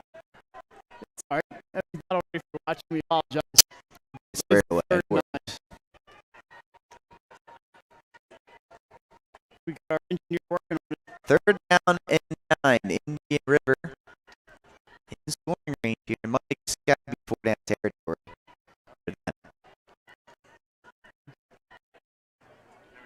It's always the cables. I may have stepped on Cable a cable. guy. It's always cables, darn it. Under 7 minutes to go. All right, welcome back, everybody. Motion man is Hall. Drop back. They're going to throw it to him. Pass. That could be fumble. a lateral ball. That's a fumble, and it's picked up by IR. Fell on by Dalton Hall. That's going to be a 6-yard loss. I don't know about that. That's a tough call there, Mike. I'm not 4th down incoming. It's going to be 4th down at about 13 or 14 here. That's a dangerous play. It's a great opportunity for Indian River, again with good field position. Second time we've seen that in this game. And they have not been able to cash in on it. This is huge. 4th down. We got the trains down, Pat. Oh, we have a little bit of everything tonight. My old history teacher at Where's St. the locust? My old history teacher, Mr. Risto. Mr. Robert Risto, he used to be the spotter for the PA guy when I was in high school at St. E's. Big train dude. And he would always walk out of that across the way there, the booth over there, and check the train out as it went by. All right, here we go. Shearer under center. He's going to throw this one. He's got a guy, back shoulder, no good, and they're going to call interference. They're going to call interference. The St. E's player turned around and threw his hands up so he wouldn't touch him, but I think they're going to call him. They're going to call it on Gavin. They're going to call it on Gavin Andrews. He did not turn around for the football. Now, that might not be enough for a It first was slightly underthrown. It's not an automatic first down. Got to make a play on the ball. It's not automatic, but they may have enough yardage for the first. It is not. So it's going to be 4th down again. 3rd down or 4th down and 2. So it's right where Indian River would want to be. I mean, this is manageable now. You've turned a 4th and 12 into a 4th and 2. Yeah, they're at the 14-yard line. Wing T formation. Now they turn it into a wishbone. Number 3. Hall's going to get the first down here. 1st down and goal now incoming for Indian River. That was Hayden Hall, number 3 on the carry, Mike. And Indian River's in business now. After 2 penalties really helped them out here. Yeah, St. E's, we mentioned at halftime, St. E's needs to cut down on the penalties. They've had 2 big ones here already in the 3rd quarter, and we're only 7 minutes in. And in this particular, now is it 1st and goal or is it 1st and 10? 1st and goal. This particular possession, St. E's has kind of let the penalties affect them emotionally.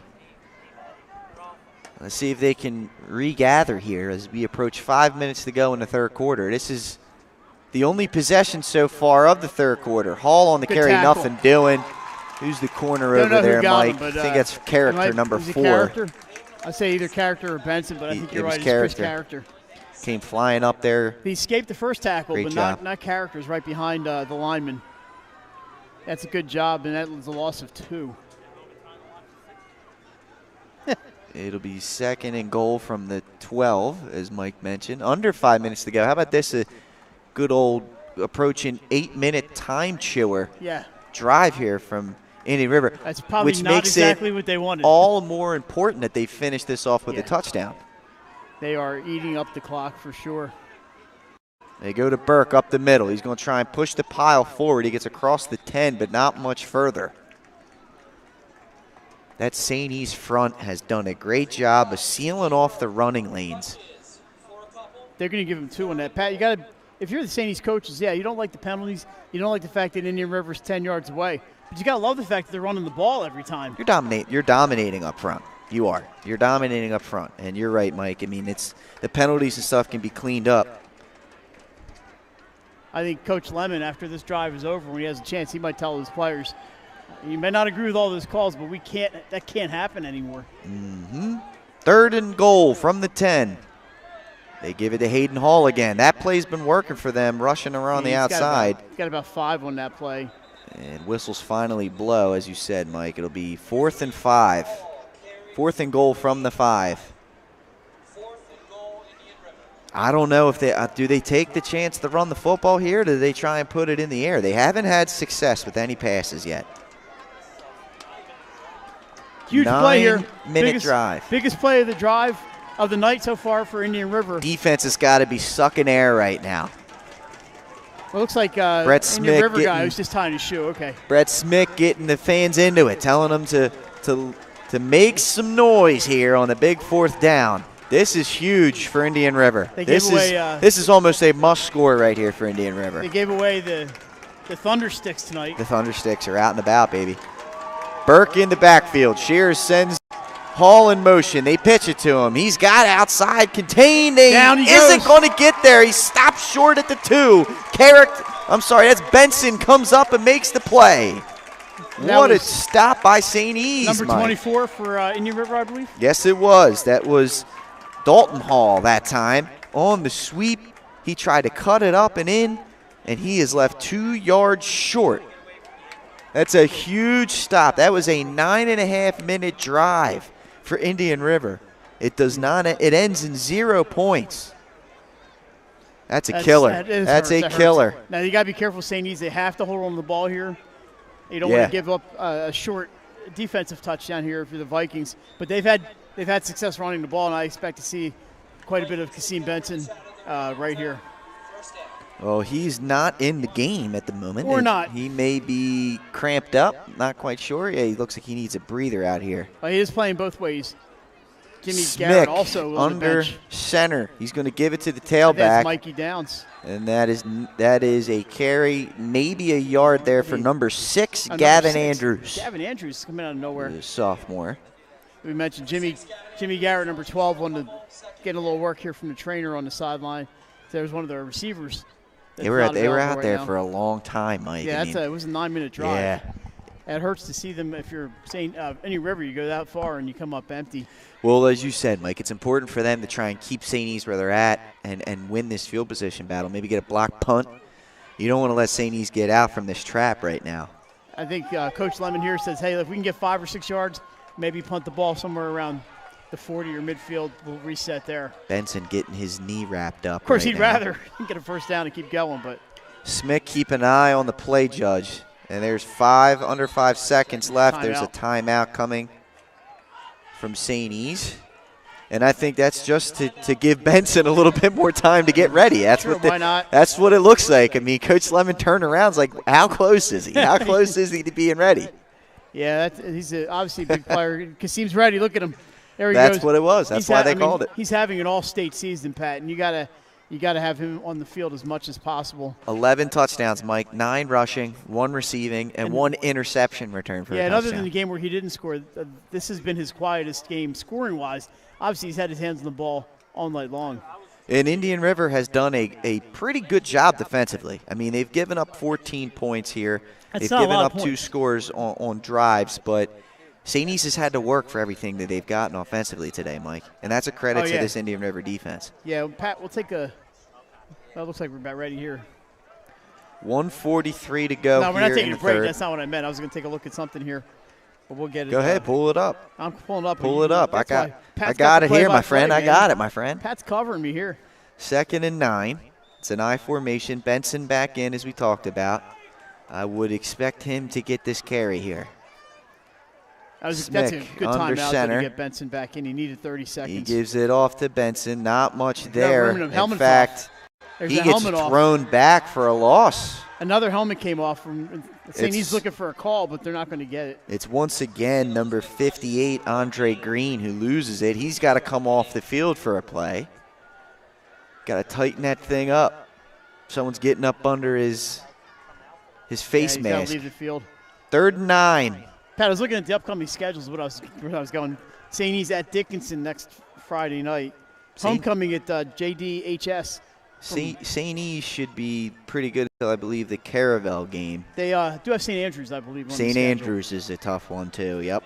Indian River at Polytech next Friday night, and then they go. Should be a good one. Then they have Delmar at home. So. And Delmar's really going to be a tough one. Smick in the gun.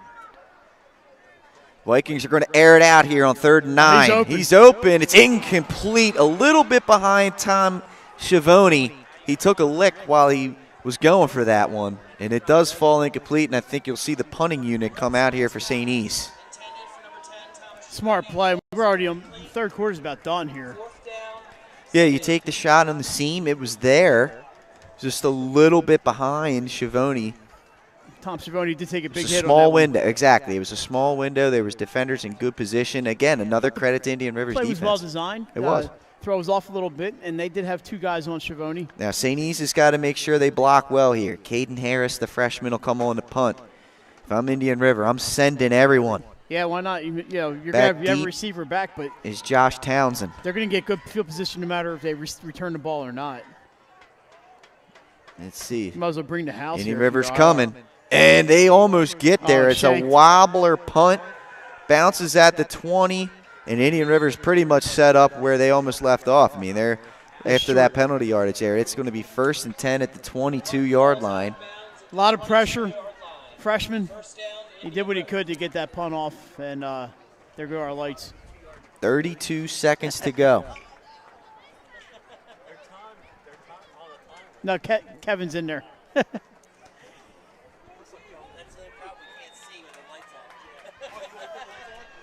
Now we're good. Do you need lights, Pat? First and 10, 32-yard line for Indian River. They've been so accommodating here at Abessinio. They look to be confused here, Mike. Yeah, they're not quite sure. Can't happen. Not quite sure what formation they're supposed to be in. Looks like they're set now. They give it to Hall. Hayden Hall with the nice cutback. Oh, lowers his shoulder, but oh boy. Who stuck him there in the middle? Boy, oh boy, that was number 76 there, Eric O'Neill. Eric O'Neill is it? Eric, good. Not only a good athlete. He's a fine human being. He just stuck his nose right in there, man. Good old smash mouth football. Both players there, Hayden Hall and O'Neill on that one. Good collision. Yeah, it was a big bang there. That should do it here for the third quarter. No scoring. It was a 9.5-minute possession for Indian River, a 3-and-out for St. E's, and then Indian River had a ball for 10.5 minutes of that quarter, Mike. We're through 3. I'm sure the Vikings will take that if this is the result. 14-0, St. E's on top. We're back after this. Get the assurance that your HVAC system is what you need with Ambience. Ambience provides you with over 25 years of experience in the heating, cooling, and plumbing industry. The team at Ambience Heating and Air Conditioning provides high-quality residential HVAC installations, maintenance, and repairs in new and older homes in the Delaware, Maryland, Pennsylvania tri-state area. You may not realize it, but half of your energy costs go to heating and cooling. Make sure your energy dollars count and call us today for a free estimate. 302-239-HVAC. 302-239-4822. Get the assurance that your HVAC system. I'm Scott Kammerer from Soto Concepts. Today we're at Blue Coast Seafood Grill and Raw Bar in Rehoboth Beach, Delaware. Come check us out. Located in the Rehoboth Gateway, Blue Coast features indoor and outdoor dining and serves beautiful, simple food that highlights the flavors of Southern Delaware. With chef-inspired daily specials, an award-winning wine list, and an extensive list of craft cocktails and local beer, Blue Coast is the perfect spot for a night out. Blue Coast Seafood Grill in Rehoboth Beach, Delaware, open 7 days a week year-round for lunch and dinner. See you soon. Welcome in, ladies and gentlemen. Delaware Live Sports presentation of Thursday Night Football live here at Abessinio Stadium. St. E's leading Indian River 14-0. Indian River has dominated possession here, Mike, in that third quarter. No points to speak for it, however, once again on the doorstep here entering the fourth. Yeah, they forced the short punt with a lot of pressure on the freshmen. And here they're at the 20 in the 2nd and 8. And they can't come up empty like they did in that third quarter, their only drive in the third quarter. It's a pass, and there it is again. It is off the edge. They are not blocking. That was Mikey Downs. That's his fourth sack of the game here. That's a big loss, 11 yards. Nope, they're going to give it to him about the 27, so about a 7-yard loss, but still that hurts. It's one of those where if you're going to leave that guy unblocked, Shearer, you got to tell Shearer, you have 2 seconds. You got to hit you got to pre-snap read and get that throw out immediately. We can't protect you that long. We're leaving that guy on block. Does IR want to keep somebody back? That you're taking a receiver off the field. You're keeping somebody back to watch out for that edge rusher. Mikey Downs coming out of the defensive backfield. 3rd down and 13, Mike, for Indian River. St. E's defense standing on their heads in this one right now. They're going to do this counter crisscross again, and that's a good job of staying at home and waiting on the number. I believe that's 76. O'Neal again, staying at home there, making the play. Maybe a 2-yard gain on the reverse there to Hall. Yeah, St. E's defense really stepping up when they've needed to, and I think Kevin's just playing with us now. We do have an score update, still scoreless down between that Laurel and Woodbridge. Obviously, Woodbridge in that 2A division, Laurel in this 1A division. St. E's, if this score holds, they move on to 5-0. Yeah. Laurel with a loss, who knows? We'll have to see what happens. And also, if Laurel with a win, they should stick right where they're at. Here's Shearer. More pressure. Dropping back. He's going to let this one rip. It's up in the air. It is incomplete. 3 guys, 1 Indian River player, 2 Vikings, and it hits the turf. Yeah, it looks like Garrett got some hands on it. It was a little iffy there. It was about as far away as you can get from us here, Pat. We couldn't really tell until the official called it incomplete. Looks like James Garrett's having some cramping issues. He is really hobbling over there. Here he comes with some help getting off the field. Looks like did his job, though. Eric O'Neal. Turnover on downs. Is that O'Neal calling for the trainer? Yeah, he's cramped up. That's looks like 79. Even when you get into this brisk part of the year, you can still cramp up. I think some people forget that every now. Players forget that occasionally. And now the Vikings have a chance here, Mike, to really potentially put their foot on this game. Walking a little gingerly with either here. a long drive or an additional score. Smick under center, Downs the single back, Benson in motion. They give it to Kasim. He cuts up the middle, and not much doing. Great job by that Indian River defense of limiting the damage. Tackle led there by number 24, Dalton Hall. Yeah, the IR did a great job there of closing that hole. There looked to be some room there for Benson, but it wasn't there for long, and we said great job led by Dalton Hall, one half of the Hall brothers of Sussex County. Yeah, Dalton and Hayden have done a good job. They've been primarily carrying the load for Indian River today. I expect St. E's to be waiting for that official. For the arms to go up from the official every single play. Absolutely, and Coach Lemon being a former quarterback, I know for a fact he has talked to Brett Smick about keep an eye on that back judge as your gauge for the play clock. Benson in motion again. They'll give it to him. He cuts up the middle, gets to about the 30-yard line. It'll bring up a 3rd and 6. His vision has been great, and I know assistant coach down there, Craig Napier, who was a teammate of mine at St. E's, man was one of the best running backs in the state in his time once upon a year. But he always had great vision, so you know that he's sharing notes with Kazim as well. Pat, in the top plays, your voiceover, you referenced a few former Vikings. Couple former teammates, man. Tell who they are. Who are they? Yeah, Frank Samluck, who was the quarterback on that 2010 championship team. Colin Russell was the tight end, and they ran the waggle. That was the old backside tight end post off the waggle. Did they text you today at all? No, they have not. I'll have to remind them to keep an eye out for it. So, yeah, Samluck, if you're listening, check out top plays. All right, here's Smick. Look, here he goes again. We're going to throw the front. That's a underthrown ball. It needs to be more air under that. I don't know if he's throwing that to Benson on the crossing route or if he was throwing the deep waggle. Nonetheless, 2nd interception of the game for this Indian River defense, keeping them in the game here. 8:20 to go in the 4th, Mike. Yeah, that's a couple things have hurt St. E's tonight. Penalties and a couple of turnovers. And Smick, I think, just underthrew that ball. IR again, and now at the 49-yard line in St. Elizabeth. Another opportunity. They refuse to go away. They do. And how many chances do you give them before they finally break through? It's Donathan Roos on the interception, number 5. And he was, again, right place at the right time there.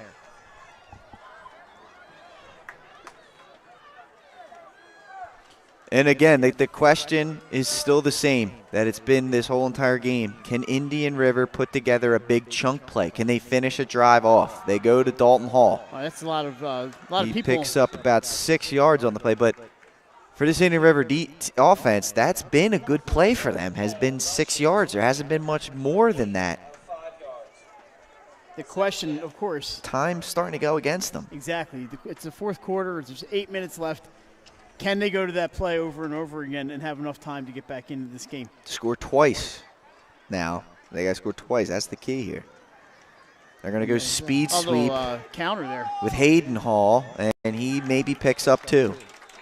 Good job coming up, making a play was Kasim Benson. Kasim Benson's going to have a well-earned 8 or 10 hours of sleep tonight when this one is over. It seems like that's been the story all season for that young man. 3rd down and 3, approaching 7 minutes to go in this one. It's been, like we mentioned at the top of the show, it's been a couple of years since both of these teams have been in this position of football. Yep. It's really good to see. Both sides, IR and St. E's, having the success that they're having. There, this ball, the little Fumblerooski coming out here. Tackle that's a big time lick, and that's Andre Green and putting the hit on Dalton Hall. Andre, so that's a positive there for Andre. And he got right up in his chest and took him down, and it was a funny-looking play. The Fumblerooski, you don't see that every day. Fumblerooski, man. The ball was snapped, so there was no penalty. People were looking around for an offsides or a false start, but the ball was snapped, so it was live. They're obviously going to go for it on 4th and about 4. 6.5 to go. This is, again, another big play for Indian River. Can they make something happen? One of their last-ditch efforts. There's a penalty on the play. It's going to be a false start. Yeah. It's going to be 4th and 9. They were setting up the throw. I don't think there was much doing there anyway. But like you said, Mike, these are two of the more successful teams in 1A, and it's good to see that, right? That's what the committee was hoping for. Give some teams some opportunities. They have not had the number of close games that we've had one tonight that they've won. There's still been a lot of running clocks this year, but just to have teams having Wilmington Charter. That's a great example, Mike. And I know coach over there, John Hedrick. Shout out to Coach John there. Who's helping out with their defense. They said it. There's a record number of guys out there with Wilmington Charter. Yeah. Why? Because they're not getting their faces bashed in by the elite programs like Middletown and William Penn and Jason every weekend. Jason and I were at Charter about 3 weeks ago to watch. They played Glasgow. I've seen Glasgow twice this year somehow. But, to see Wilmington Charter, they really controlled Glasgow. Just the way they were competing, and they've been in their games. They did lose last week. But they lost to St. Andrews. No shame there. But just to see Wilmington Charter having some success, it's been 10 years. Yeah. 11 years since they won the first 3 or 4 games. So, that's what you're looking for. And, of course, there's going to be teams that don't have the success. But, you can't look at this in a one-year bubble and say it's a success or not a success. Like you said, they were sneaky good that 2010 year Charter. They were like 7-3. They beat us at St. E's. They beat us that year. They had a spread offense. It was crazy, man. They're probably the smartest team in the state. It was wild how good they were. It didn't make much sense, but they're back, baby. Yeah, 4th and 9, Indian River. Running out of time in this one. They're going to go to the play action pass. He's wide open. Man. It's Hayden Hall, 1st down. That's the first big pass play of the game. Good for about 12 yards. Well, great play action there by Shears and Shearer. Yeah, he had to be quick, Mike. He had to be quick on that because they leave that back end pressure. He saw character coming right at him, but Hall got open and picked up the necessary yardage. I'm not quite sure if that's a cornerback or an outside backer. Obviously, St. E's watched their film, and they're sending this backside corner or whatever it is. They're sending them automatically. They're going to go back to the pass game. It's Dalton Hall, the run game, I should say, and there's a 9-yard gain. Tick, tick, tick, tick, tick, tick, tick, tick, tick. Indian River needs a big chunk play here, Mike. That's what they would need. We've been saying this the whole second half. They've been the primary possessor of the ball in the second half. They've been moving it, but haven't been able to finish drives off or get chunk plays. I think St. E's has had 2 short possessions. Dalton Hall, hard run, first down carry. And now, first time St. E's has been in a battle all season long.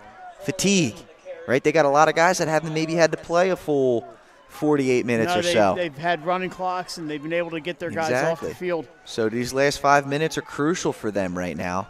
Indian River could potentially take advantage of a team that may be a little bit tired right now. Indian River's had a lot of that's big a great wins. work. That's a great job there. Number 77, Carl Taylor, rolling through there for the big play. I'm saying Indian River has had their share of big wins this year. So these guys, I don't know how their player usage has been, but I have been at the St. E's games. And, it's a combination of wanting to get your guys some rest and not wanting to embarrass your opponent. Right. The starters are coming out. Indian River, under 5 minutes to go. A lot of confusion coming in and out of that huddle right now. Not a whole lot of time left. Now they continue to run the ball. It's going to be a tough way to They're going to pitch get it back to in this Hayden one. Hall. There's nothing there. St. E's steps up to the plate there. Tackle for loss. It's Eric O'Neill jumping around out there. O'Neill's pumped. 3rd down and 11. So he's not tired. He's not. Eric is not tired, no. I can tell you something about Eric O'Neill. I did a story on him last year for my full-time job at the Dialogue. His family, they foster stray dogs. Oh, wow. For the Delaware Humane Association, and they get them ready to be adopted out. So I think Eric deserves a mention about that. They Absolutely. do a great job. That is. His That's family. a cool story. It was a fun story to write. Burke, the single back. Shear dropping the pass. He's going to look in the flat. He's got Hayden Hall. He's inside the 5 and knocked out of bounds at the 6. It'll be 1st and goal once again for Indian River. What a throw from Shear. It was a great throw. The St. E's defender tried to jump the route there, Yeah. Pat, and left his man with a path to a first down.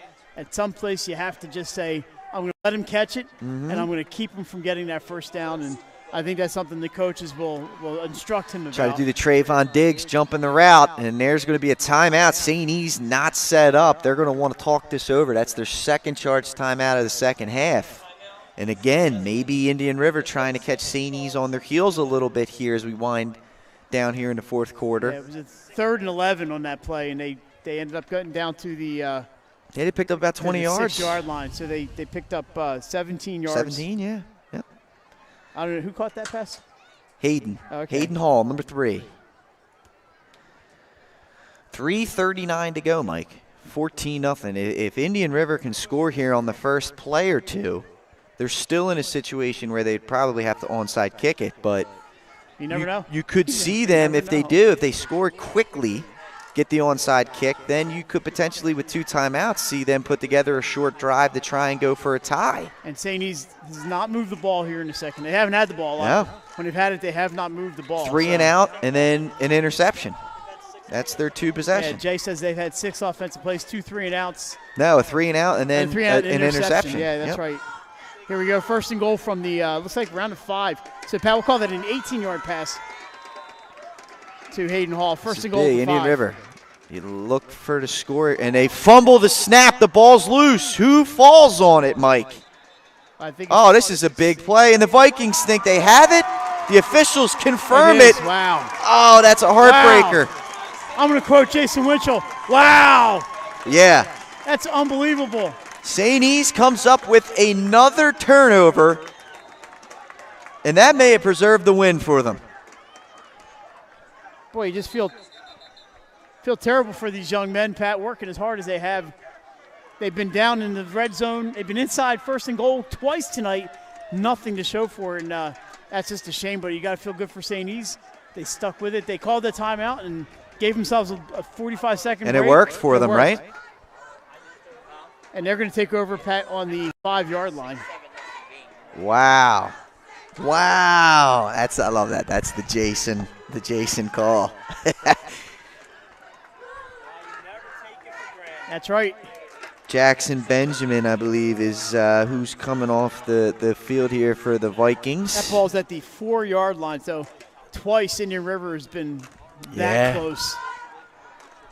And, Pat, Glasgow had the ball at the 3-yard line last Friday, and they fumbled. And St. It's E's tough. recovered. It's tough. The Vikings here, they're about a first down or two away from sending in the victory formation. 2 timeouts remaining for Indian River. Kasim Benson is the deep back. St. E's has to hold. They have to hold on to the ball now. And you may not see them pass at all here. Smith gives it to Downs. Up back flag. That ball's loose. They're saying that ball's loose.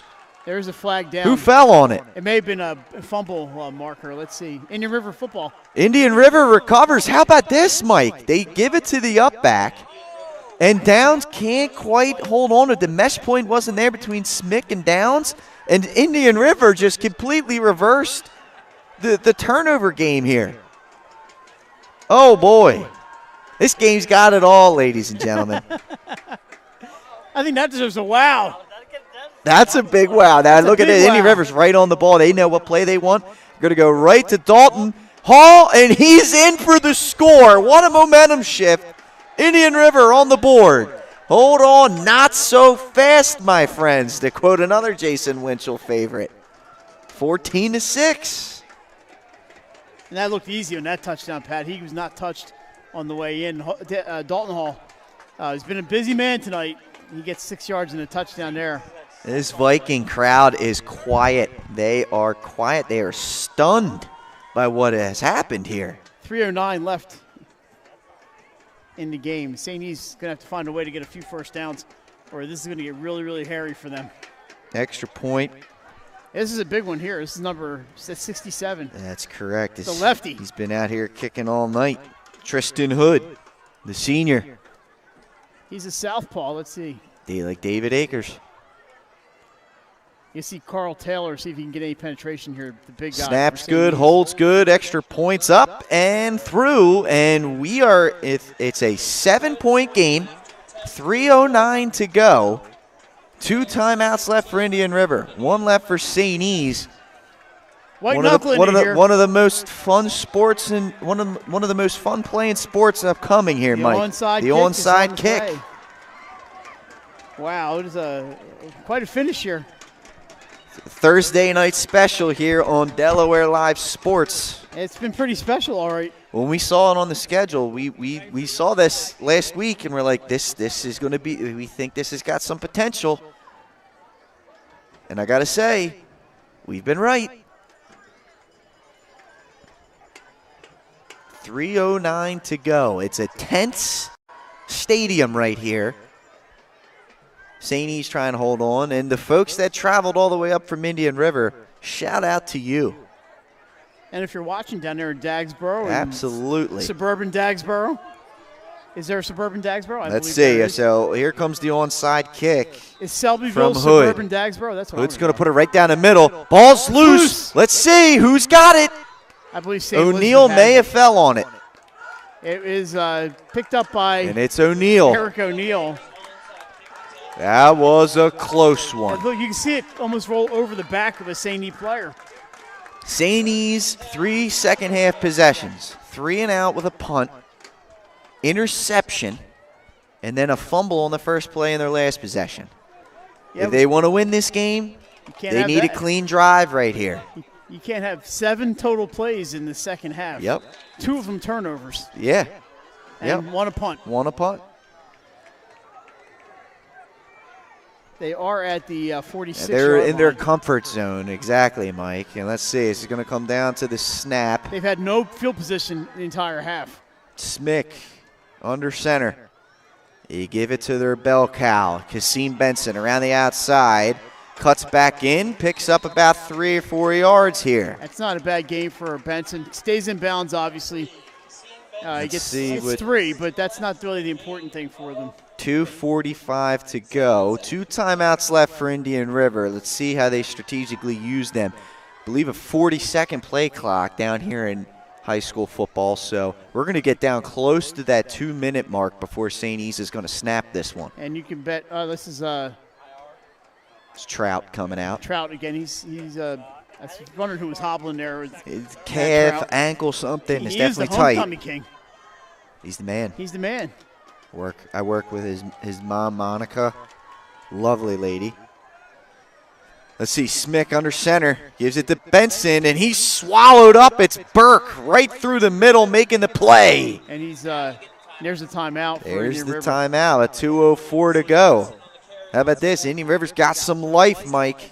Yeah, that's going to be a 1-yard loss for Benson, but how about that play by Burke right blew through the line and wrapped up Kasim Benson. We haven't seen much of him offensively, but he's been lead blocking out there, and he's been making plays from his nose guard position. Yeah, none bigger than that one. It's been the Hall brothers in the second half.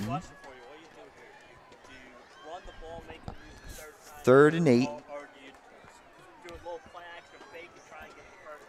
And Jay poses a good question. So it's 3rd and 8. If you're St. E's, I like to run the ball, or do you go for the pass? I like the safe pass, something in the flat, a nice short pass like they've had success with it. It's a risk because if it falls incomplete, clock stops. They get one timeout for their offensive possession. So Benson split wide right for it's now. It's a shotgun formation. It's going to be Smick, and Mikey next Downs. to him is Downs. It's 2 receivers to the far side, tight end receiver to the near side. I think they're setting up Downs here for a pass to the right. Let's see. Smick will take the snap. He drops, looks, pressure coming, gets it away. It's incomplete. He had Benson on the crossing route, but a little bit off because of the rush was coming. Incomplete. Clock stops. 1 timeout left for Indian River. 1:58 to go. He did look at Mikey Downs first before he went for Benson across the middle. That was a tough play for Kasim Benson. The key there was the pressure from that Indian River front. Burke and company were able to force Smick out of off his back foot. He had to step up in the pocket and throw that ball on the run. He was just a little bit too in front of Benson. He had Kasim Benson, and if he hit him in stride, that may have been a touchdown. May have been. So here comes the pressure from Indian River. They're coming after it. Uh-oh. And it's bobbled. The freshman loses it. And how about this? It's going to be a short field for Indian River.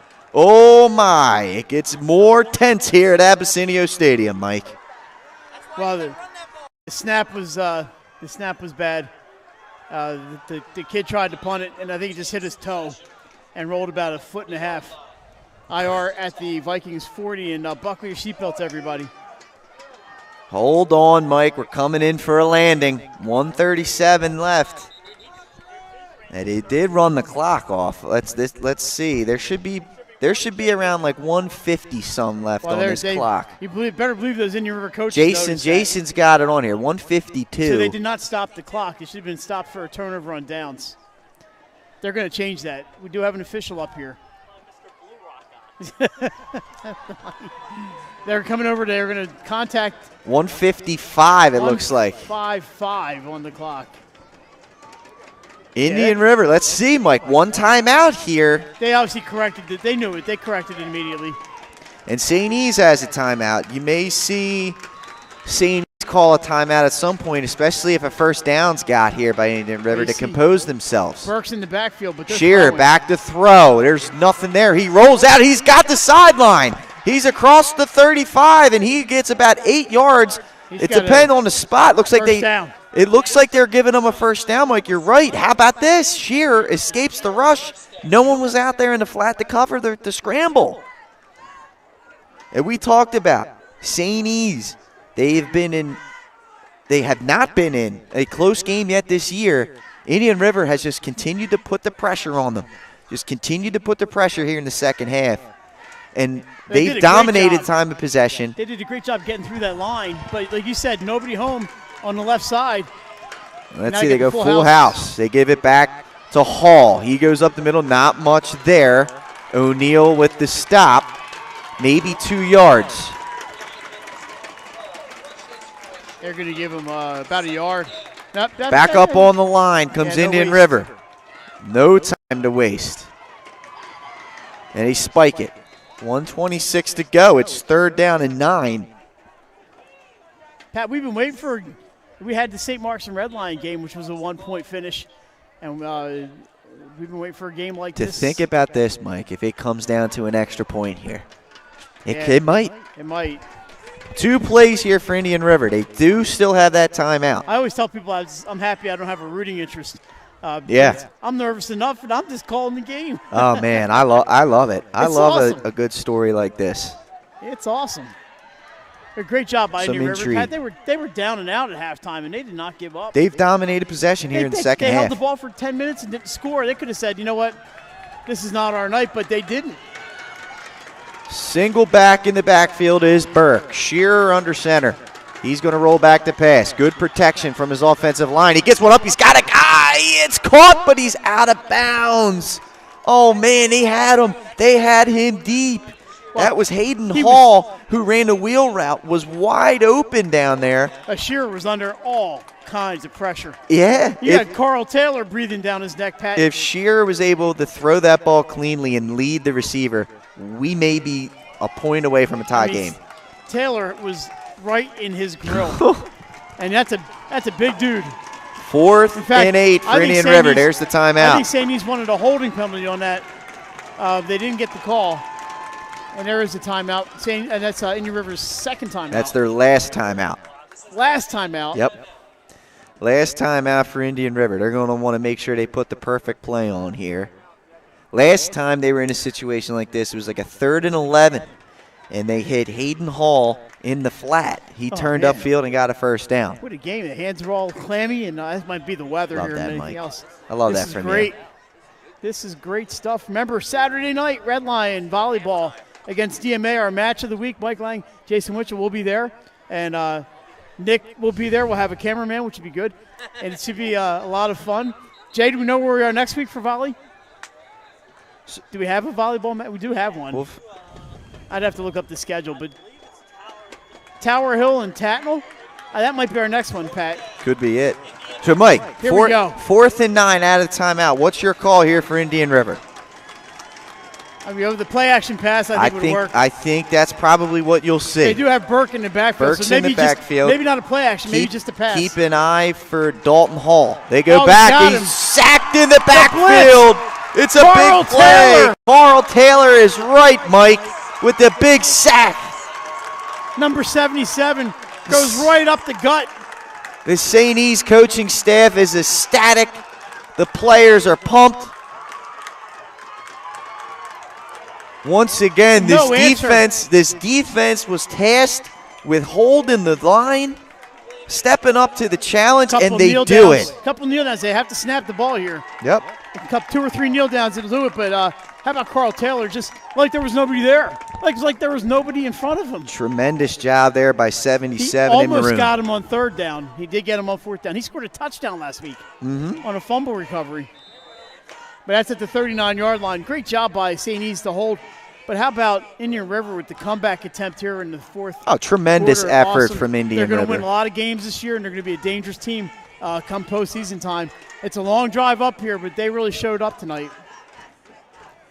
Smith will take the knee. And, Mike, this is twofold, right? You got programs here that are trying to rebuild. Indian River, they never quit. They never quit, and this was a nice statement for them that they're going to give you all they got. For St. E's, it's a program that's trying to learn how to win. They have not won at this program in a while. Yeah, it's been and you need a games long time. like this. You need games like this to try and learn how to win these games, because come playoff time, this is going to be more accurate to the scores you're going to see. Great gut check here tonight for the Vikings, and they answered. They answered. That's a big thing. You know, Indian River really had them on their heels that entire second half. They didn't give up. Well, they gave up the one touchdown, but when they needed a big play, they got it. And that will do it. The clock should expire and wind down. St. E's is going to survive a late scare from Indian River and take this one 14-7, Mike, at Abessinio Stadium. Not a lot of points, but Pat, I thought it was a lot of fun to watch this game tonight. This game had everything. They had the turnovers. You had big plays. You had punts that didn't go the way they were supposed to go. There were interceptions, fumble recoveries. So just about everything you could ask for in a game. And, wow, what a way to start our football weekend. Absolutely. And when you talk realignment, this was the vision, right? Two programs that are in a rebuilding phase, trying to learn how to become winning programs, and you're going to get competitive games like this.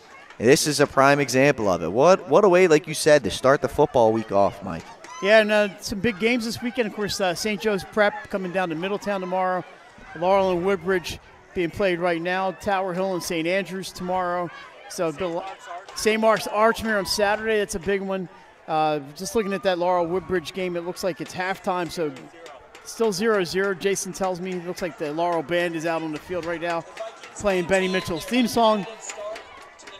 And what a fun night, Jay. I think some of these fans are going to go home and watch this game. That's right. They're going to go and rewatch it, Why not, right? This is. I'm glad we got St. E's and Indian River on. It was a good choice. Yeah, two good programs down in that 1A division. So we'll see how the playoffs shake out. Let's see how this season shakes out and what the playoffs will bring to us. But what a gutsy win. Mrs. O'Neill stopped by to say hello and thank you for streaming. So absolutely good to see the Vikings showing up tonight and staying undefeated. Sure, gutsy win for the Viking bunch. Indian River, tough loss for that ride back to Dagsboro, but they really gave it all they had. And to Pat, they were this close to tying that game up there in the final minutes.